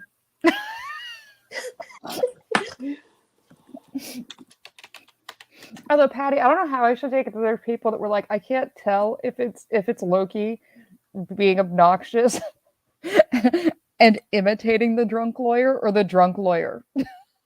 I'm thinking it was the. You know what? It's a combination. I'm just gonna go with that. I don't know if I should be like offended or if I should be like score. You're doing a good job on the being the drunk lawyer, but this is just Daryl Brooks. Daryl Brooks gave her lessons. That's all. No, Daryl Brooks would be a better lawyer. Oh yes. I think Croco already said, like, I'm getting Daryl Brooks would be better. Iris, I know this is so much fun. That was not me, but that's okay. The only thing we don't have now is a box fort. Give us time. And we really need a box fort for that poor Alexia gal because she's just, she needs to hide. She's hammered in one. So Claude, the reason I do a good imitation of that is because in 16 years of working in public safety, there might have been a time in my career as a paramedic while working in college towns when the girls would sit there talking to me that way while they were hammered in the back of the ambulance for doing something stupid that I would just talk back to them in that exact voice. No, really? Oh yeah. Oh, they had hammered me girls in college towns drunk in the back of ambulances? Really? Yeah, because like they fell downstairs because they couldn't walk in stripper heels or something. And they would start. And so I would talk back, or there's one or two Christmas party compilation videos where there's an audible recording of me calling the hospital, doing the whole thing in like this, oh my God, tone of voice. Oh my God. I just hate it when that in the happens. morning and I was over everybody. I feel so bad for the judge and for the court reporter. Hi, John. Hi. How about the lawyer that's having to watch this absolute nightmare? Absolutely. All of them. Oh my God. That's my absolute objection. Oh my God. We'll take that under advisement. At least we won't hold you in contempt. So let me say this, and I am going to say it very calmly. Yes, this dear. is an absolute fucking travesty. It gets worse. Involving an idiot who has don't tell me it gets worse. Stop with everybody telling me it gets worse. Okay, folks, in the hole up John. All right, just go. John, I resent that. I have not told you once that it'll get worse because I haven't seen it either. But I'm afraid. I'm very afraid. How could this possibly get worse? We have a temper tantrum that happens on camera. Can you say Jack Daniel's, Diet Coke, and ice cream? Come on. Yeah. How about it's a bad night. How about things that I am not going to say publicly? If I can mix, chemo drugs and Jack Daniels, I would be, but I can't. So, sure. Absolute objection. That's the dumbest crap I've ever heard. That's an absolute objection. Oh, she may have an affidavit of truth she can file in support of her absolute objection. Rule. D11 is admitted. Oh, you got served. Now, Mr. Meeks, This whole thing is awkward. First of all, I keep beating up on him. He knows his stuff. He knows his case. The lawyer who's got him on, but he's not a litigator. He's a transactional attorney. I figured out here. So he's okay. He's going through the case and sort of doing it in workmanlike fashion, but he's not used to day in, day out getting lied to like me. So I after years of this, you learn how to redirect these things a little bit better. Pause. This is a fantastic explanation from Mike. There is a difference between a transactional lawyer and a litigator. Our job as litigators is to be lied to and to turn that around on people. Transactional lawyers presume that people are operating in good faith. And they're trying to find potentially the pitfalls of an agreement. And he's absolutely right that this guy is coming across as a transactional lawyer and not a litigator. So from my perspective, I am a litigator. my job is to recognize when people are not necessarily being truthful to me. That's not necessarily every lawyer's job. And so that is a really, really good insight that Mike's giving, and I want to give him a lot of credit for pointing it out. So that's all I wanted to pause for. Yeah, he really is. He really is. And Mike, you know, and Mike's great at explaining it. And Mike is awesome, and we love Mike. You know, and it's why I always say, like, I would be a really, really, really bad lawyer. Yeah, I'm smart, but as you heard by me making fun of absolutely, I don't have enough of a filter to not stand there in court and go, absolutely, back to the other attorney. I would be in contempt within the first 35 seconds. I wouldn't recommend doing that anyway. Yeah, I don't think Mr. Coomer has that in his makeup. He just seems like he's truly a nice person, and he's trying to make this work. Right, Well, I'm just saying, but me personally, I'd be. Mr. Coomer needs to change his name now. Well, that's sort of what I'm saying is, like, you know, you need that sort of personality where you can just be a shark, and if somebody is full of shit, go in on them. And that doesn't seem to really be his wheelhouse, if that makes sense. No, yeah, he's not a shark at all. No, and I'm too much of one to like actually not get thrown in jail by a judge. So. And again, I'm a very nice person. If you met me on the street, I'm a very friendly person. Until you mentioned Chicago. Well, when lawyer mode kicks in, things change a little bit. And, you know, you see some of the freak out me yelling in the hallways. That obviously doesn't happen in court. It's when my tone of voice lowers and my rate of speech gets slower. That's when you're in trouble, because my job is to dismantle you. Right. And that's why I'm the person that's supposed to be a negotiator on a SWAT team that's like, we're going to cut through this all, and this is what we're going to do, and this is how we're going to do it, and what we're going to do here is listen to me and nobody else. Yeah. Well, this also all falls back to, if you speak quietly and you speak slowly, people don't have time to judge reactions and figure out what they want to say next, because they have to listen. And that's kind of my strategy. And there are a couple different litigation strategies, but that's the way that I operate. Is I speak low and slow, and I force you to respond to my words. Well, let's finish this. You're almost there. Home stretch. But they're saying it might get worse. That's my theory. So he's just sort of awkward and out of place in a hearing. Not horrible, but just not good at it. And she's insane. Well, I don't know. Yeah, Mike's right. It's not what he does. Altered or just not here today. I don't know. That's okay. And this guy's completely full of it. Oh, the judge is losing her mind. You testified that you spoke to a lawyer regarding the TRO, and then you went ahead and transferred the property. Is that correct? I'm not a good answer for that one. Objection to form and foundation.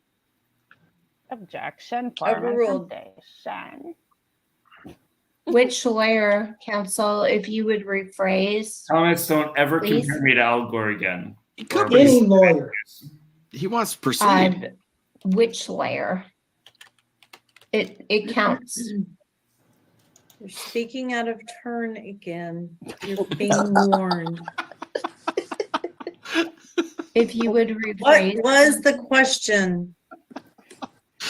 No, The question is, Mr. Meeks, you testified that you consulted a lawyer about the TRO, and then you transferred the Denfield property because you thought it was okay. So my question is, were you aware of the TRO before you transferred the property? Yes, just on that day. Done. They got foreclosed on. Motion for summary judgment. Thank you, York. Thank you. Mr. Bueller, could you please show Exhibit D8, the January 3rd, 2023 trustee? You haven't gone any further, man. You already won.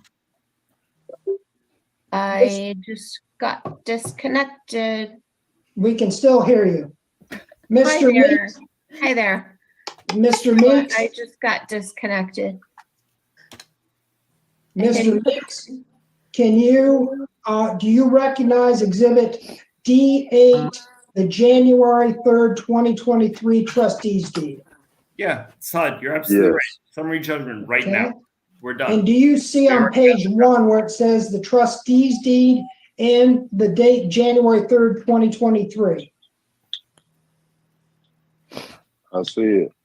Okay. Do you also see the address and the description of the Denfield property on the bottom of page 1? Yeah, well, there's a little You bit. say what? I say on the bottom of page 1, it says property address, and it says 1132 Denfield Street, Austin, Texas, Austin, Travis County, Texas, 78721. Is that correct? Iris, we'd like, I think Yes, just it's send probably Iris to go our- check this correct. out and send us like a Okay, picture so of the this property. trustees deed Iris. is for the Denfield property. Is Recon. that correct? Yes. Okay. Do you see Top and Ball Properties LLC listed as the purchaser Sure is. guarantee It's in perfect, this bro. document? A grantee, purchaser grantee. I see everything that you're telling me, Kuma. Like, what is the question? What you trying to know? I'm just trying to make sure you're familiar with this deed. You have You keep personal asking me, knowledge. do I see it, brother? How do you I know am. I where see you're everything right going? what you're saying. You asked me, do I see it, brother?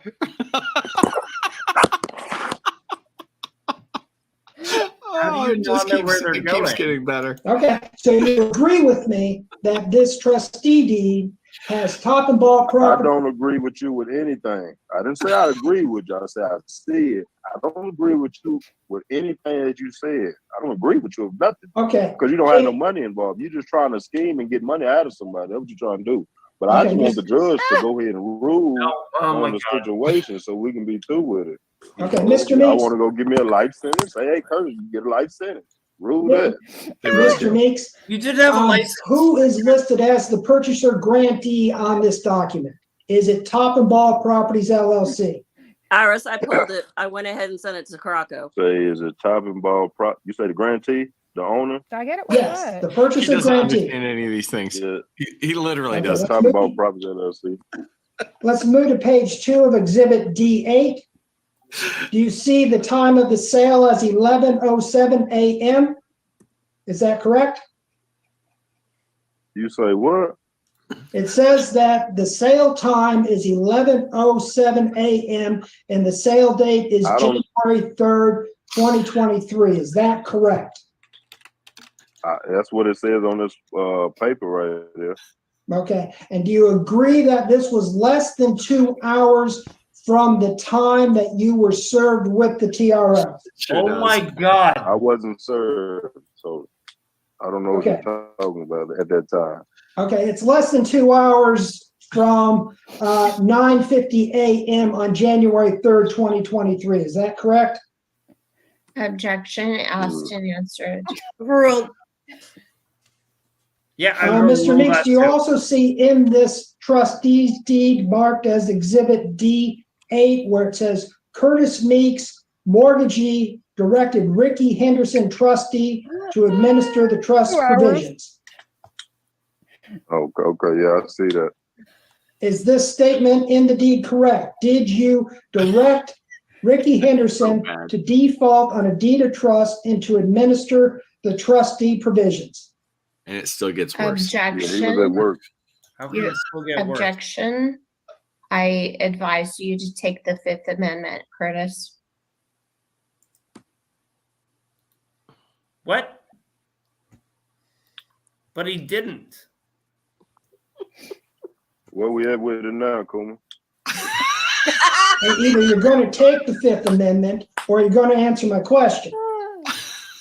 I advise Fifth you Amendment. to take the Fifth Amendment, Okay, Curtis. he's asserted his right. Next question, please. Okay? You understand by directing Ricky Henderson to default on the deed of trust, he was enforcing the deed of trust against the TRO and violating the TRO. And take the Nobody Fifth Amendment was again. enforcing anything. Curtis, you're to take the Fifth Amendment again. Invoke your right. Take the Fifth Amendment. Okay. All right. Your Honor, I ask to admit Exhibit D8, the January 3rd, 2023 trustees deed into evidence. Any objection? All objections. Curtis Meeks has invoked his Yeah, Fifth Amendment. okay, fine. Yeah. Fuck all He objections. is- Just fucking literally throw the entire box at the wall. This is like straight Daryl Books. We were saying like Daryl Books, but he would just like, we said, you know, if he keeps yelling reasons for the objections, does he think he's got like the extra lives code? You know, it's like a video game. If I say all these things in a certain order, like I win. And I love that Iris has now changed her name to Iris in Murica because of this. Let's just throw everything at the wall and see what sticks. Objection, all of them. Objection, all of them. Which, in fairness, during the Depp trial, there were circumstances where I was saying, like, you know what? Objection. And I was like, you know what? All of them. All the objections. But that was because of poor questioning. This Well, was now we have a new one. Objection, all of them. This was not poor questioning. Is offering All objections. I've been doing this a long time. I've never, ever, ever heard an attorney, a pro say, anybody say Daryl all Brooks. objections in response to any When objection. Daryl Brooks Never is once. smarter than you. This is the first time. Oh, that is delicious. defendants Exhibit A that trustees deed executed, I believe, January 3rd, 2023, if I read it down correctly. Do you have an objection to the admission Yes. of that? I have objections to everything. My client is now advised to take the Fifth Amendment. Overruled. Okay. Well, Defendants you don't Exhibit get to 8 is overrule him. admitted. There wasn't a question pending. Wait, here we go. Move forward. My client is Wait, did the client object too? I'm trying to keep score here. I'm trying to, it's like, That's not how any of this works. oh, it's like, it's too much. taking the Fifth Amendment. Okay. No, Miss not Alexa, one more you want to do question number is to be 4? You are responded. speaking out of turn again. I am advising my client to speak to. Look, there's no question on the table. You are again there's no speaking question out of pending. turn. Contempt Do number you 4. want a fourth It's the count for issue contempt. on this show cause order is getting longer and longer. Your Honor. Quit speaking out of turn. Your Honor. Shut your hole. I have advised my client to take the Fifth There's Amendment. no question on the table. Right. There's no. There I've have said been this many. how many times? There's no question He pending. asserted his rights. Hold on. No, I have He did. advised my He client. to did, take the Fifth and Amendment. he did it 3 times. The first time I saved him because you kept saying the wrong thing. And then he finally said the right thing to invoke the Fifth Amendment. Now, How does she still have a law Yeah, license? right. the fourth Yeah, yeah. contempt Hold for on. speaking out of turn. Curtis, Mr. you are Coomer, to, you may you are to proceed. take the Fifth Amendment Sure. immediately. Your Honor, was Exhibit D8, the January 3rd, 2023 is not- trustees deed admitted into evidence? Yes. Okay, thank you, Your Honor. No, that makes the competent ones more valuable. Mr. Bueller, will you please put exhibit number D9, the temporary restraining order, up on the screen? Oh, And here we go. can you blow it up a little bit so everybody can see? There we go. This is And then slowly scroll down. This is the order granting application for a temporary restraining order. this And is then if worse you than can I even scroll anticipated. down, keep scrolling down. We're looking for section 2A. Okay. Basically, if we can go up just a little bit, the court orders that Curtis Meeks and Ricky Henderson, as well as any of the Curtis, You were to take the Fifth Amendment, your right to the United States Constitution, not answer one more question. There's no question Miss on the Miss table. Alexa, can I finish my question before you object? Hold Now, up. Why everybody arguing? you cannot trample on his Stop constitutional talking. rights. Stop talking. Curtis, I'm take the talking Fifth to Amendment you, Miss immediately. Alexa. Oh, Stop Curtis, talking. end this now. All right. Goodbye.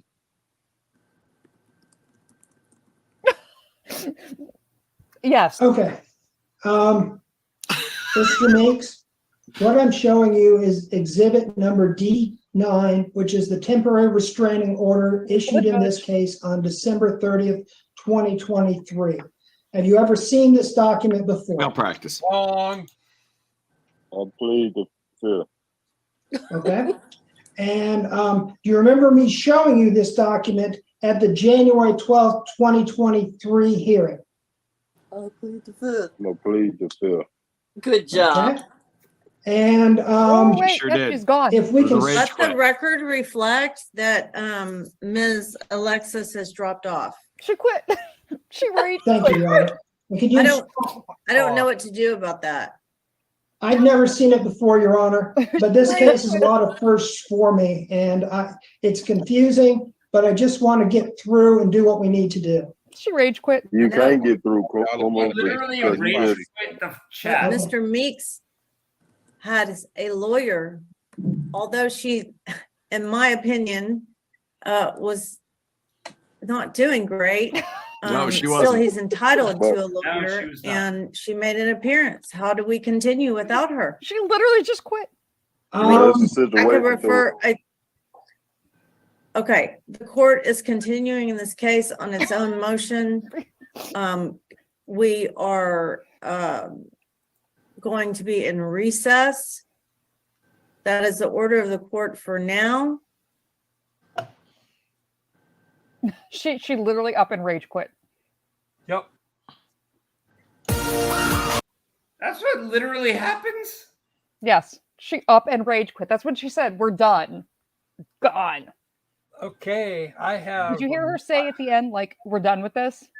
All right. I'm out. I'd like And to she hear did. from the She- channel She what your bailed. thoughts are. She rage quit. Yeah, we know that. But I just want to know, like, how you got so far, and then you were like, you know what, F it, I'm out.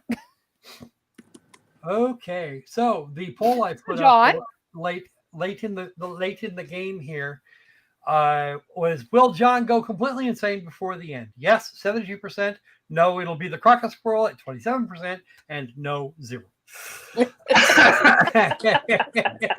18 votes. All right. So, would you like to go first? Because no, I I have a will let you lot go of first. thoughts. I will let you go first.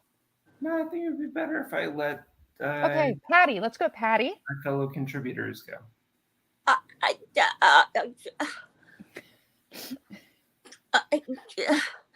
What the? Yeah, I want to know what the judge said to the bar. I want to know. I want the tea. Four counts of contempt, plus then she just used herself off the call. She yeeted herself. She's gone. Gone. Yeet. Bye. See ya. I'm done. I'm out.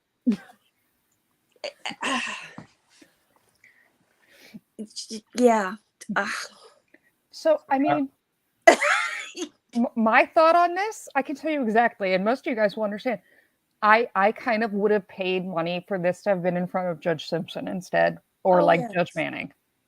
Oh, Yeah. dear. Judge Simpson, Judge Manning. You know what? Even some of the old prosecutors that I had, Judge Drennan from the City of O'Fallon Municipal Court, I would love to have seen his response to this. No, I just want to hear Cedric Simpson. That's gonna be a no.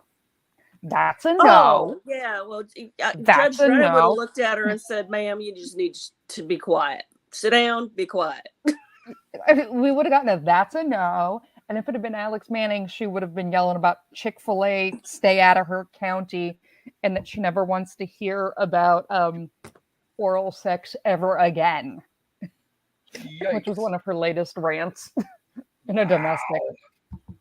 So Yeah. We just need Judge Simpson. Yeah, I just want to hear Simpson. That's a no. We should take up a collection for poor Mr. Krumer and the judge because they both deserve a little extra. Yeah, I know. Except that they'd be required to kick it, to send it back, or at least the judge would. No, you can say if you have no party, you could in theory send a whatever. In theory, you can give them presents. You just can't give them presents and related to favors related to a specific case. Or if you're gonna like be there. Yeah. Judicial kinesthetics, if we do want to get judges on, I think it's going to be unlikely, but I can give you the paperwork to make that happen. Okay, but so John, so now we've moved to John. No, now we move to Croc. Oh, Croc. Croc hates me. Croc. How is it that I hate you, Loki? Because I drag you guys into this. Oh, yeah. Well, yeah, no, I know. I don't hate you for that. I've been picking on John. This has actually been easier than yesterday. Okay, I'm going to go with that the judge is going to when the judge files this thing, there's going to be a 5th contempt complaint because she self-yeeted. So yeah, the count made it to 5, and I'm surprised it didn't. I'm surprised it wasn't much higher. Yeah, because she had more patience than I do as a damn negotiator on a hostage scene. I would have, she'd have been into the 30s. If I were sitting in that chair, she'd be in the 30s somewhere. I told you, woman, shut the fuck up. Just shut up. Okay, John, we're ready. Whoa. John, take another drink, quick. All right. You don't have to worry about it. I'm going to need to light a smoke for this. And I am. Asked how she has a driver's license. I'm enraged. I want to know. Okay, well, while you're lighting your last smoke, the 26 of you that are still here, 3 hours into this, I thank you all. I thank you all for those who got me to 800 tonight and who joined and had fun. And this was an amazingly fun stream. So I want to thank you all. And now we're going to let John rage. So I will say first and foremost to everybody who is here and watching the show, I appreciate you very much. And it means the world to me. And I know that it means the world to Loki. So first of all, anybody who might not be subscribed, please do so. We're getting very close to that 1,000 threshold. Please do so. Now, what do I do with this case? Chalk it up to a bad day at the office and pray it goes away? An incredibly bad day. I guarantee you that's what she's trying to hope that is. We have, and it's a little bit difficult because I am not allowed to impugn the honor of another attorney as part of my code of ethics. So how do I You can do it hypothetically. Yeah. John, there's a thing that I was taught in college. When you don't want to talk to somebody, you can say, you know what? No comment.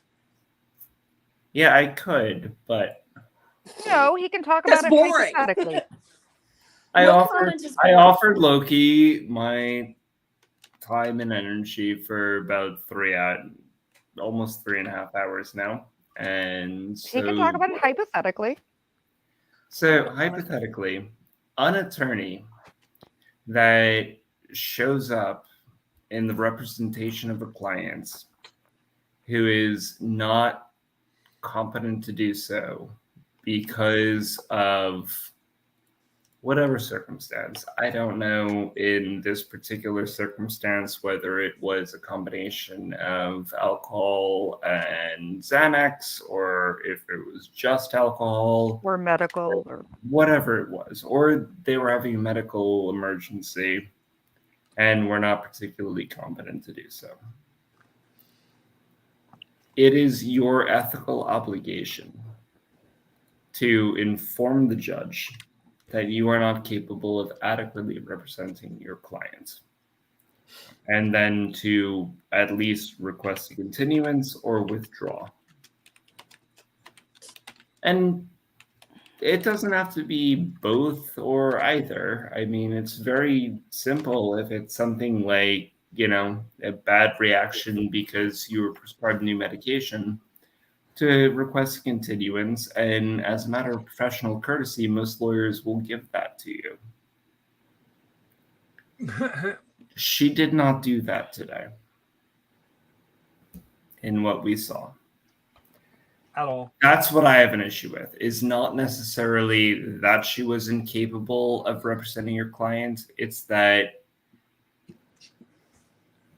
I don't believe that she was unaware of her ability to inadequately represent your clients. And I think the judge wasn't either.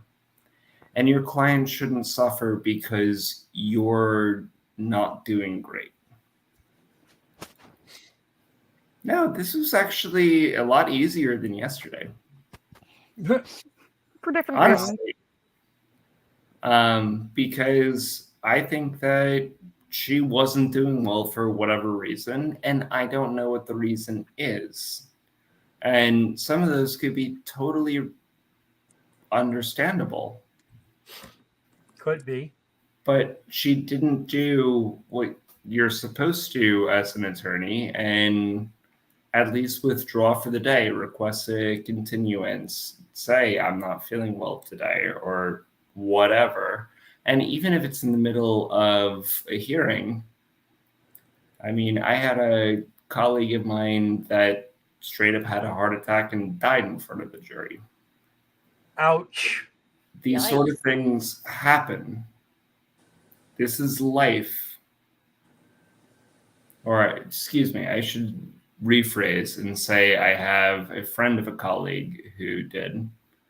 And these sorts of things happen. And nobody faults you for being human. It's whether you have the wherewithal is the wrong term, but whether you have the judgment, I'll put it that way, to say when you're not necessarily the best individual for your clients. This woman that we saw tonight was not the best attorney for her clients. Clearly. I think that's extraordinarily clear through what we watched. And there's nothing necessarily wrong with that, but your job and your focus and your role is to represent the interests of the client. And I don't think that she was doing that particularly effectively. And it's not, I think that Loki, you wanted me to blow up and have some sort of kind of freak out moment, but I really didn't. Honestly, it was just kind of sad because it seems like a lawyer that was just out of it for whatever reason, and I don't know why, but should have stepped away from the assignments, if that makes sense.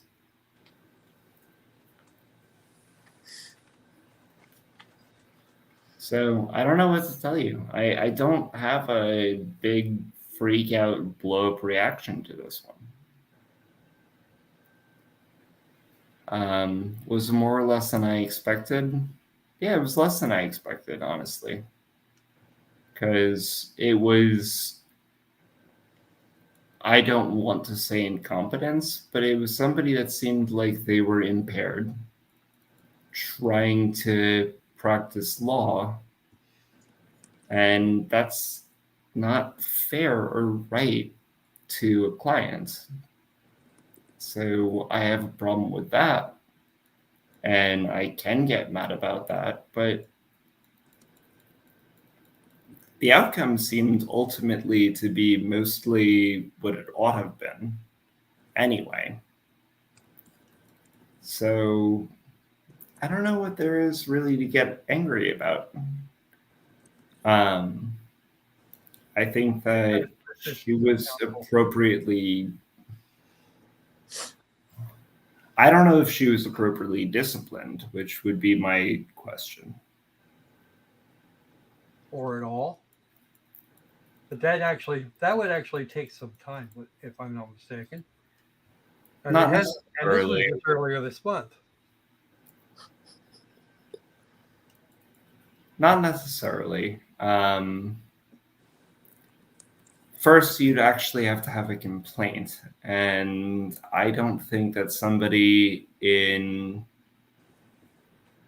this particular defendant's case is likely to file a complaint.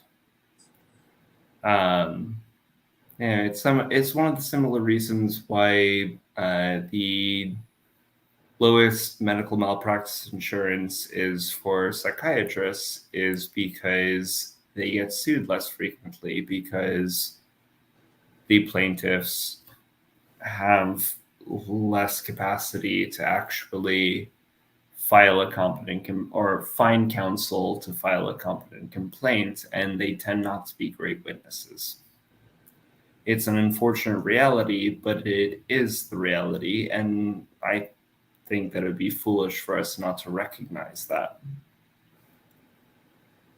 If that makes sense, Crop. Yep, makes sense to me.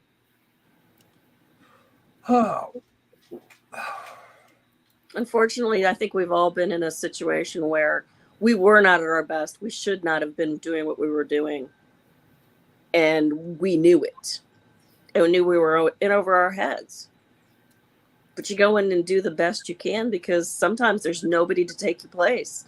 And bless her heart for trying to show up for her client. Well, and that's where that's part of the reason why I bring J. Michael on a couple times and have in the past is part of the issue that we have is, and I don't know what the answer is at the end of the day. And I'm sorry, Loki, I feel like I'm hijacking your show. Oh, nah, you're you're fine. Carry on. No, you're good. No, really, carry on. No, All right. I'm here. You're Okay. good. No, I mean, I was on J. Michael's, and we talked about paramedics, we've talked about things, and you need to be a good advocate. And there's also a point where, as a fellow professional, that in all honesty, the other lawyer, in my opinion, from a medical perspective, the other lawyer or the judge should have been like, okay, wait, hold on. Like, yes, this was hysterical for all of us, but to me, there's also a point where, if I was an other attorney, I'd be like, okay, hold on. Yeah. Is she okay? There comes a point where it's like, you also need to advocate for that other person. They're not your client, but you don't want to win on a technicality. You want to win something fair, not because someone was too drunk. And I agree with you entirely. I mean, from my perspective, I have not had a particular instance of something like this, but I have spoken to attorneys who have had counsel that have come in, let's say, less than their best selves. And unfortunately, alcoholism is very high in the legal profession. That's just the reality of it, because when it comes down to it, we deal with let's put it this way, you don't need a lawyer when things are going well. So they have called continuances on their own terms to give their opposing counsel some time to try out and figure out their shit. To talk to them and be like, hey, like, you okay? Like, can we do this? Or is this a problem? And that happens fairly regularly in the legal community. And it's just sort of the reality of it. So Anyway, what was my original point? I had them, but I think I lost it. Yeah, I mean, I don't know what your original. You can get continuances, but it's the same with police, fire, or EMS. You don't call when I was solely in the field before I did my OSHA stuff. You don't call 911 on a good day. No, it's my job to show up on the literal worst day of your life, dealing with the worst moment of your life, most likely. People never want to see me again a lot of the time because of what I was there for. And when do you think you call a lawyer? yeah, usually as a result of some of the things that I had to show up for. But the thing is, I've had to, I've had cases where, it involved children or abuse or, I've spoken openly, a school shooting, a school stabbing. And then next day or 2 or 3 days later, you would get some of these medics or EMTs or police officers or firemen, and you can tell they've been drunk for days because they're having issues with what they just went through. Yeah. And, where it's hard enough to be like, okay, I need to turn around and breathalyze my coworker, and we're going to send you home, and, we will make sure that we have something called CISM, which is the critical incident stress management professionals. We will make sure that CISM comes and helps you. And so if she was that sick, she was on something, she was whatever, there is a point that, yes, it was funny for all of us. But there was also a point in it where it was like, okay, somebody needed to be like, okay, hold on, timeout, breakout room. Well, I think that's where, so Iris makes a very good point, is that even if she was just sick, and that can happen, where you run down, you're drained, you still do have an ethical obligation to your client. And so if you are not at the level, and I don't think that was necessarily the case based upon observing her behaviors, but even if that were the case, let's give her the benefit of the doubt, it's still ethically responsible to say, hey, can we get a continuance, and I'll come back when I'm more at my game. And you gotta be able to have that level of humility to recognize when you're not on your game, and it's okay. Yeah, the only thing I will say in regards to that, yes, she did say she was sick at the beginning. I have seen people who didn't realize that they were being as strongly affected by NyQuil or cold medicine or Sudafed or something. And, in their mind, and in their genuine state that they were in, they thought they were okay. They thought they were, like, they didn't realize that they were altered because the level they were altered. And so at that point, somebody else also needs to speak up when you're that obviously altered. And I don't know that a judge would say that's no. the issue at the end of the day, is that part of that comes to the courtesy of opposing counsel. So like if my opposing counsel seems altered or incapable of doing their jobs that day for whatever reason, and the reason really doesn't matter. My general idea is I don't want to fight an impaired opponent. That's not what we're supposed to be doing here. But I don't understand why the judge wouldn't, at the very least. Well, sometimes it depends, because the judges, and Saad asked a very good question. What if the judge says no? That's intellectual. They both asked the they same both said it, question, okay. which is why I swapped it. Oh, okay. that to me is a perfectly intellectual hypothetical question. But if my opposing counsel doesn't seem like they're at their best because they're ill or impaired or whatever, I want to have the case moved, because I don't want to win against somebody who is potentially impaired and it creates an appeal issue. I mean, I would prefer to have a clean verdict one way or the other. That was always my thought process. So if my opposing counsel, I would, on stipulation of both parties, agree to move the trial date or whatever the hell it is, the hearing. My question is, would you move if he looks like if your opposing counsel looks like he's all messed up? Would you move to do that when before he did, or would you simply agree if he did? No, you do on consent. Both people sign the paper and you give it to the judge, and I'll see you again in 2 weeks. Best luck to you.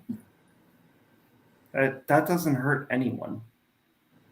What if you would you make the motion to have for the continuance if your opponent seems like he's just not out of it and not realizing it? Say that again. Okay, let's say you find yourself in the position Mr. Coomer was in here a little while ago. Would you would you look at this? Would you have looked at your opponent, and said, "Okay, no, this critter is not in any condition to even be here"? Would you ask for a continuance, or would you wait for him or her to do that? Honestly, I can only speak for myself, and I can't say that every attorney would do it, but I would ask for the continuance. Okay. Because they didn't do anything to me, and it's not fair to their clients. And I think that fundamental concept of fairness ought to be part of what we do in law. But we also have to acknowledge this. The client was not much help. No, the client was no help at all. Yeah, no. But in that circumstance, no, I'm not asking for a continuance because the client's an idiot anyway, and he's going to be an idiot tomorrow, whether his lawyer's No, I'm drunk just saying, but at the same time, like on top of it, compounding the entire thing was her client being off the deep end. Okay. Patty? What I'm saying is that as a matter of professional courtesy, I would give one. That's just the way it is. I mean, if, let's say my opposing counsel came to me and said, I need an extra week and a half because my kid's got a baseball game. All right, that's good enough for me. Okay, so we have two questions. This one from Claude. All right. Isn't this open shut enough that it doesn't really matter? It does matter.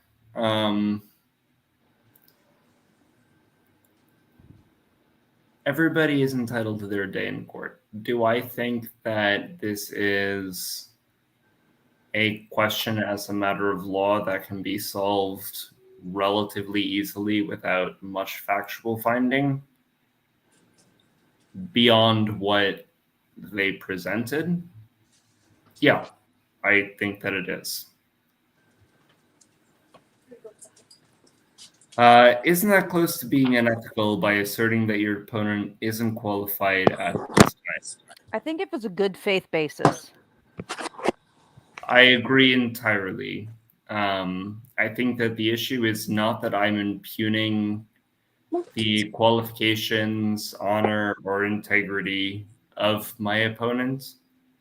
I'm saying that I would be willing to join a joint stipulation between both parties so that we can drag it out a week and a half. And Yeah, I think it would be a good that's a faith basis professional thing. courtesy. I think that's a professional courtcy. But I'm just saying, if you're saying, asserting that they're not qualified, you're saying they're intoxicated if they take offense to it. I don't think an ethics board is going to hold it against you if you, with a good faith basis, and you can show this video and be like, "Nah, look,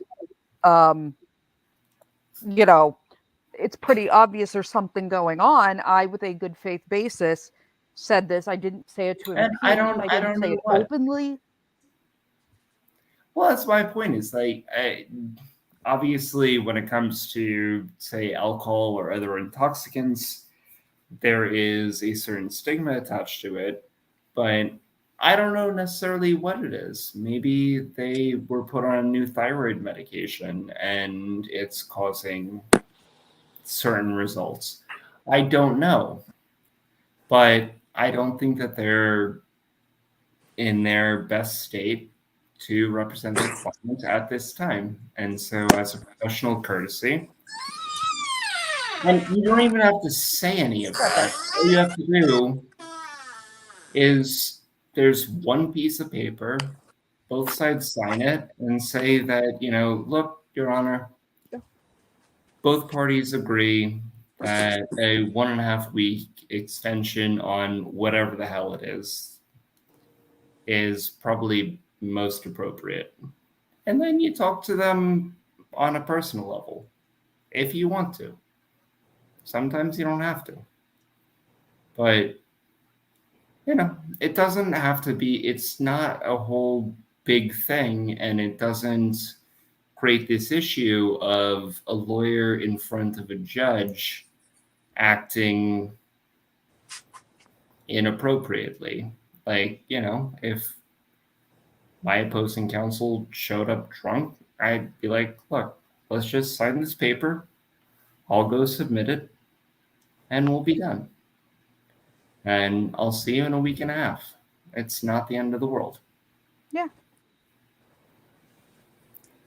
But once you do get in front of the judge, that's when problems start. Mm-hmm.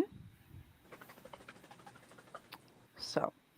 I think that's just being courteous. Professional. Yeah, I think professional courtesy. Exactly. And then if it's you the next time, then he says, dude, you are messed up. And you know what? You decide this and go home. There are circumstances where that might happen. I would hope not, but this is the way that business is done behind the scenes. And maybe people think that lawyers hate each other, but we really don't. Like, even guys on the other side of the V in cases that I've worked, we've always been fairly friendly. We've gone out for, dinners and stuff, and it's never been a problem. Saad's got another question. All right. Well, now, how many feisty drunks have you ever known? I'm assuming your opponent is going to be reasonable about being impaired. Look, we show up to court usually about 8 a.m. So more likely than not, it is a carryover from the night before. So Our puppies are outside, Patty. Yeah, so very rarely is it somebody who has decided to imbibe first thing in the morning. But, I've never personally had an issue of somebody who was a feisty drunk in terms of my professional career. In life, things sometimes turn out a little bit different, but that's okay. My point is, if you're still, even just nursing a hangover, maybe you're not the most suited at that time to represent your client first thing in the morning. And That's okay. Thinking that. Who's got I think doors? Patty's dog went out the Oh. dog door. Yeah, Okay. it's my dog. It's my house alarm. Yeah, I think It creaks like an old house that's haunted. Yeah, I think the dog got up to go outside. But any event, yeah, that's basically my answer. Is it's never really people that are actually drunk. Usually, it's just carryover from the night before, and that's fine. And if it means we have to move the hearing date a couple days, that never bothered me. Yeah, so I mean, you know, it's been 3 hours and 40 minutes, and we still have 22 here. So you know, I will say, you know, thank you to all that have been here. My pleasure. Thank you for having us. I've enjoyed it. Always interesting around here. It is. I will. I think we will. I will catch you all tomorrow. What are you guys, John? When's the next J. Robine night? I have to figure out exactly what I want to do because Murtaugh just keeps going on. Oh, it's gonna go. It's gonna be like the case that never ends. It's annoying. That's the one that's driving me nuts because I don't want to do it. Because everyone else is. So I have a couple ideas in the back of my mind, but I'll You and I'll talk out when I come up with my idea for tomorrow night. Sorry, guys. That's okay. The dog let herself in. Apple. Yeah, I figured it was Apple or Blanche. Yeah, Blanche has learned how to turn doorknobs, so she let herself in. Yeah. Make sure you send me a link next time, John. I absolutely will. I missed last night's completely. No, that's my fault. I sprung it on him. Oh, is that what happened? He and I were talking. I said, "Everybody misses you. I have this. Let's go." And so that's what we did. Okay, cool. No, I have a couple ideas for tomorrow night. Probably more in like the 8:30, 9-ish hour. But if that's okay, but Yeah, I'm gonna try and do that. Okay. Well, And John, John, if you ever want to talk, Loki has all my contact info. All right, perfect. Loki, Yeah, I'll send it over to you, forward that John. over. That'd be great. Yeah, I will. I've got at least part of it. So. Yeah. Well, I will say. I think we will say goodnight from the Lair, and we will see you all tomorrow. Hope to see you all tomorrow. Make sure you guys put the bell on so you know when tomorrow's live is going to happen. And we had a great night, and let's do it again. Yeah, I've got a live stream tomorrow morning, so or at least Yeah, I know. We'll be there. The Croc. Everybody, you know, all the links have been, you know, and I will add them all to the description box right after this. So it's been a great night. You know, I love you all. I All will the be on the beasties. live stream. I will be out on the live streams tomorrow. So All the beasties, everybody, stay safe and have a good night. Peace. Night. Peace, y'all.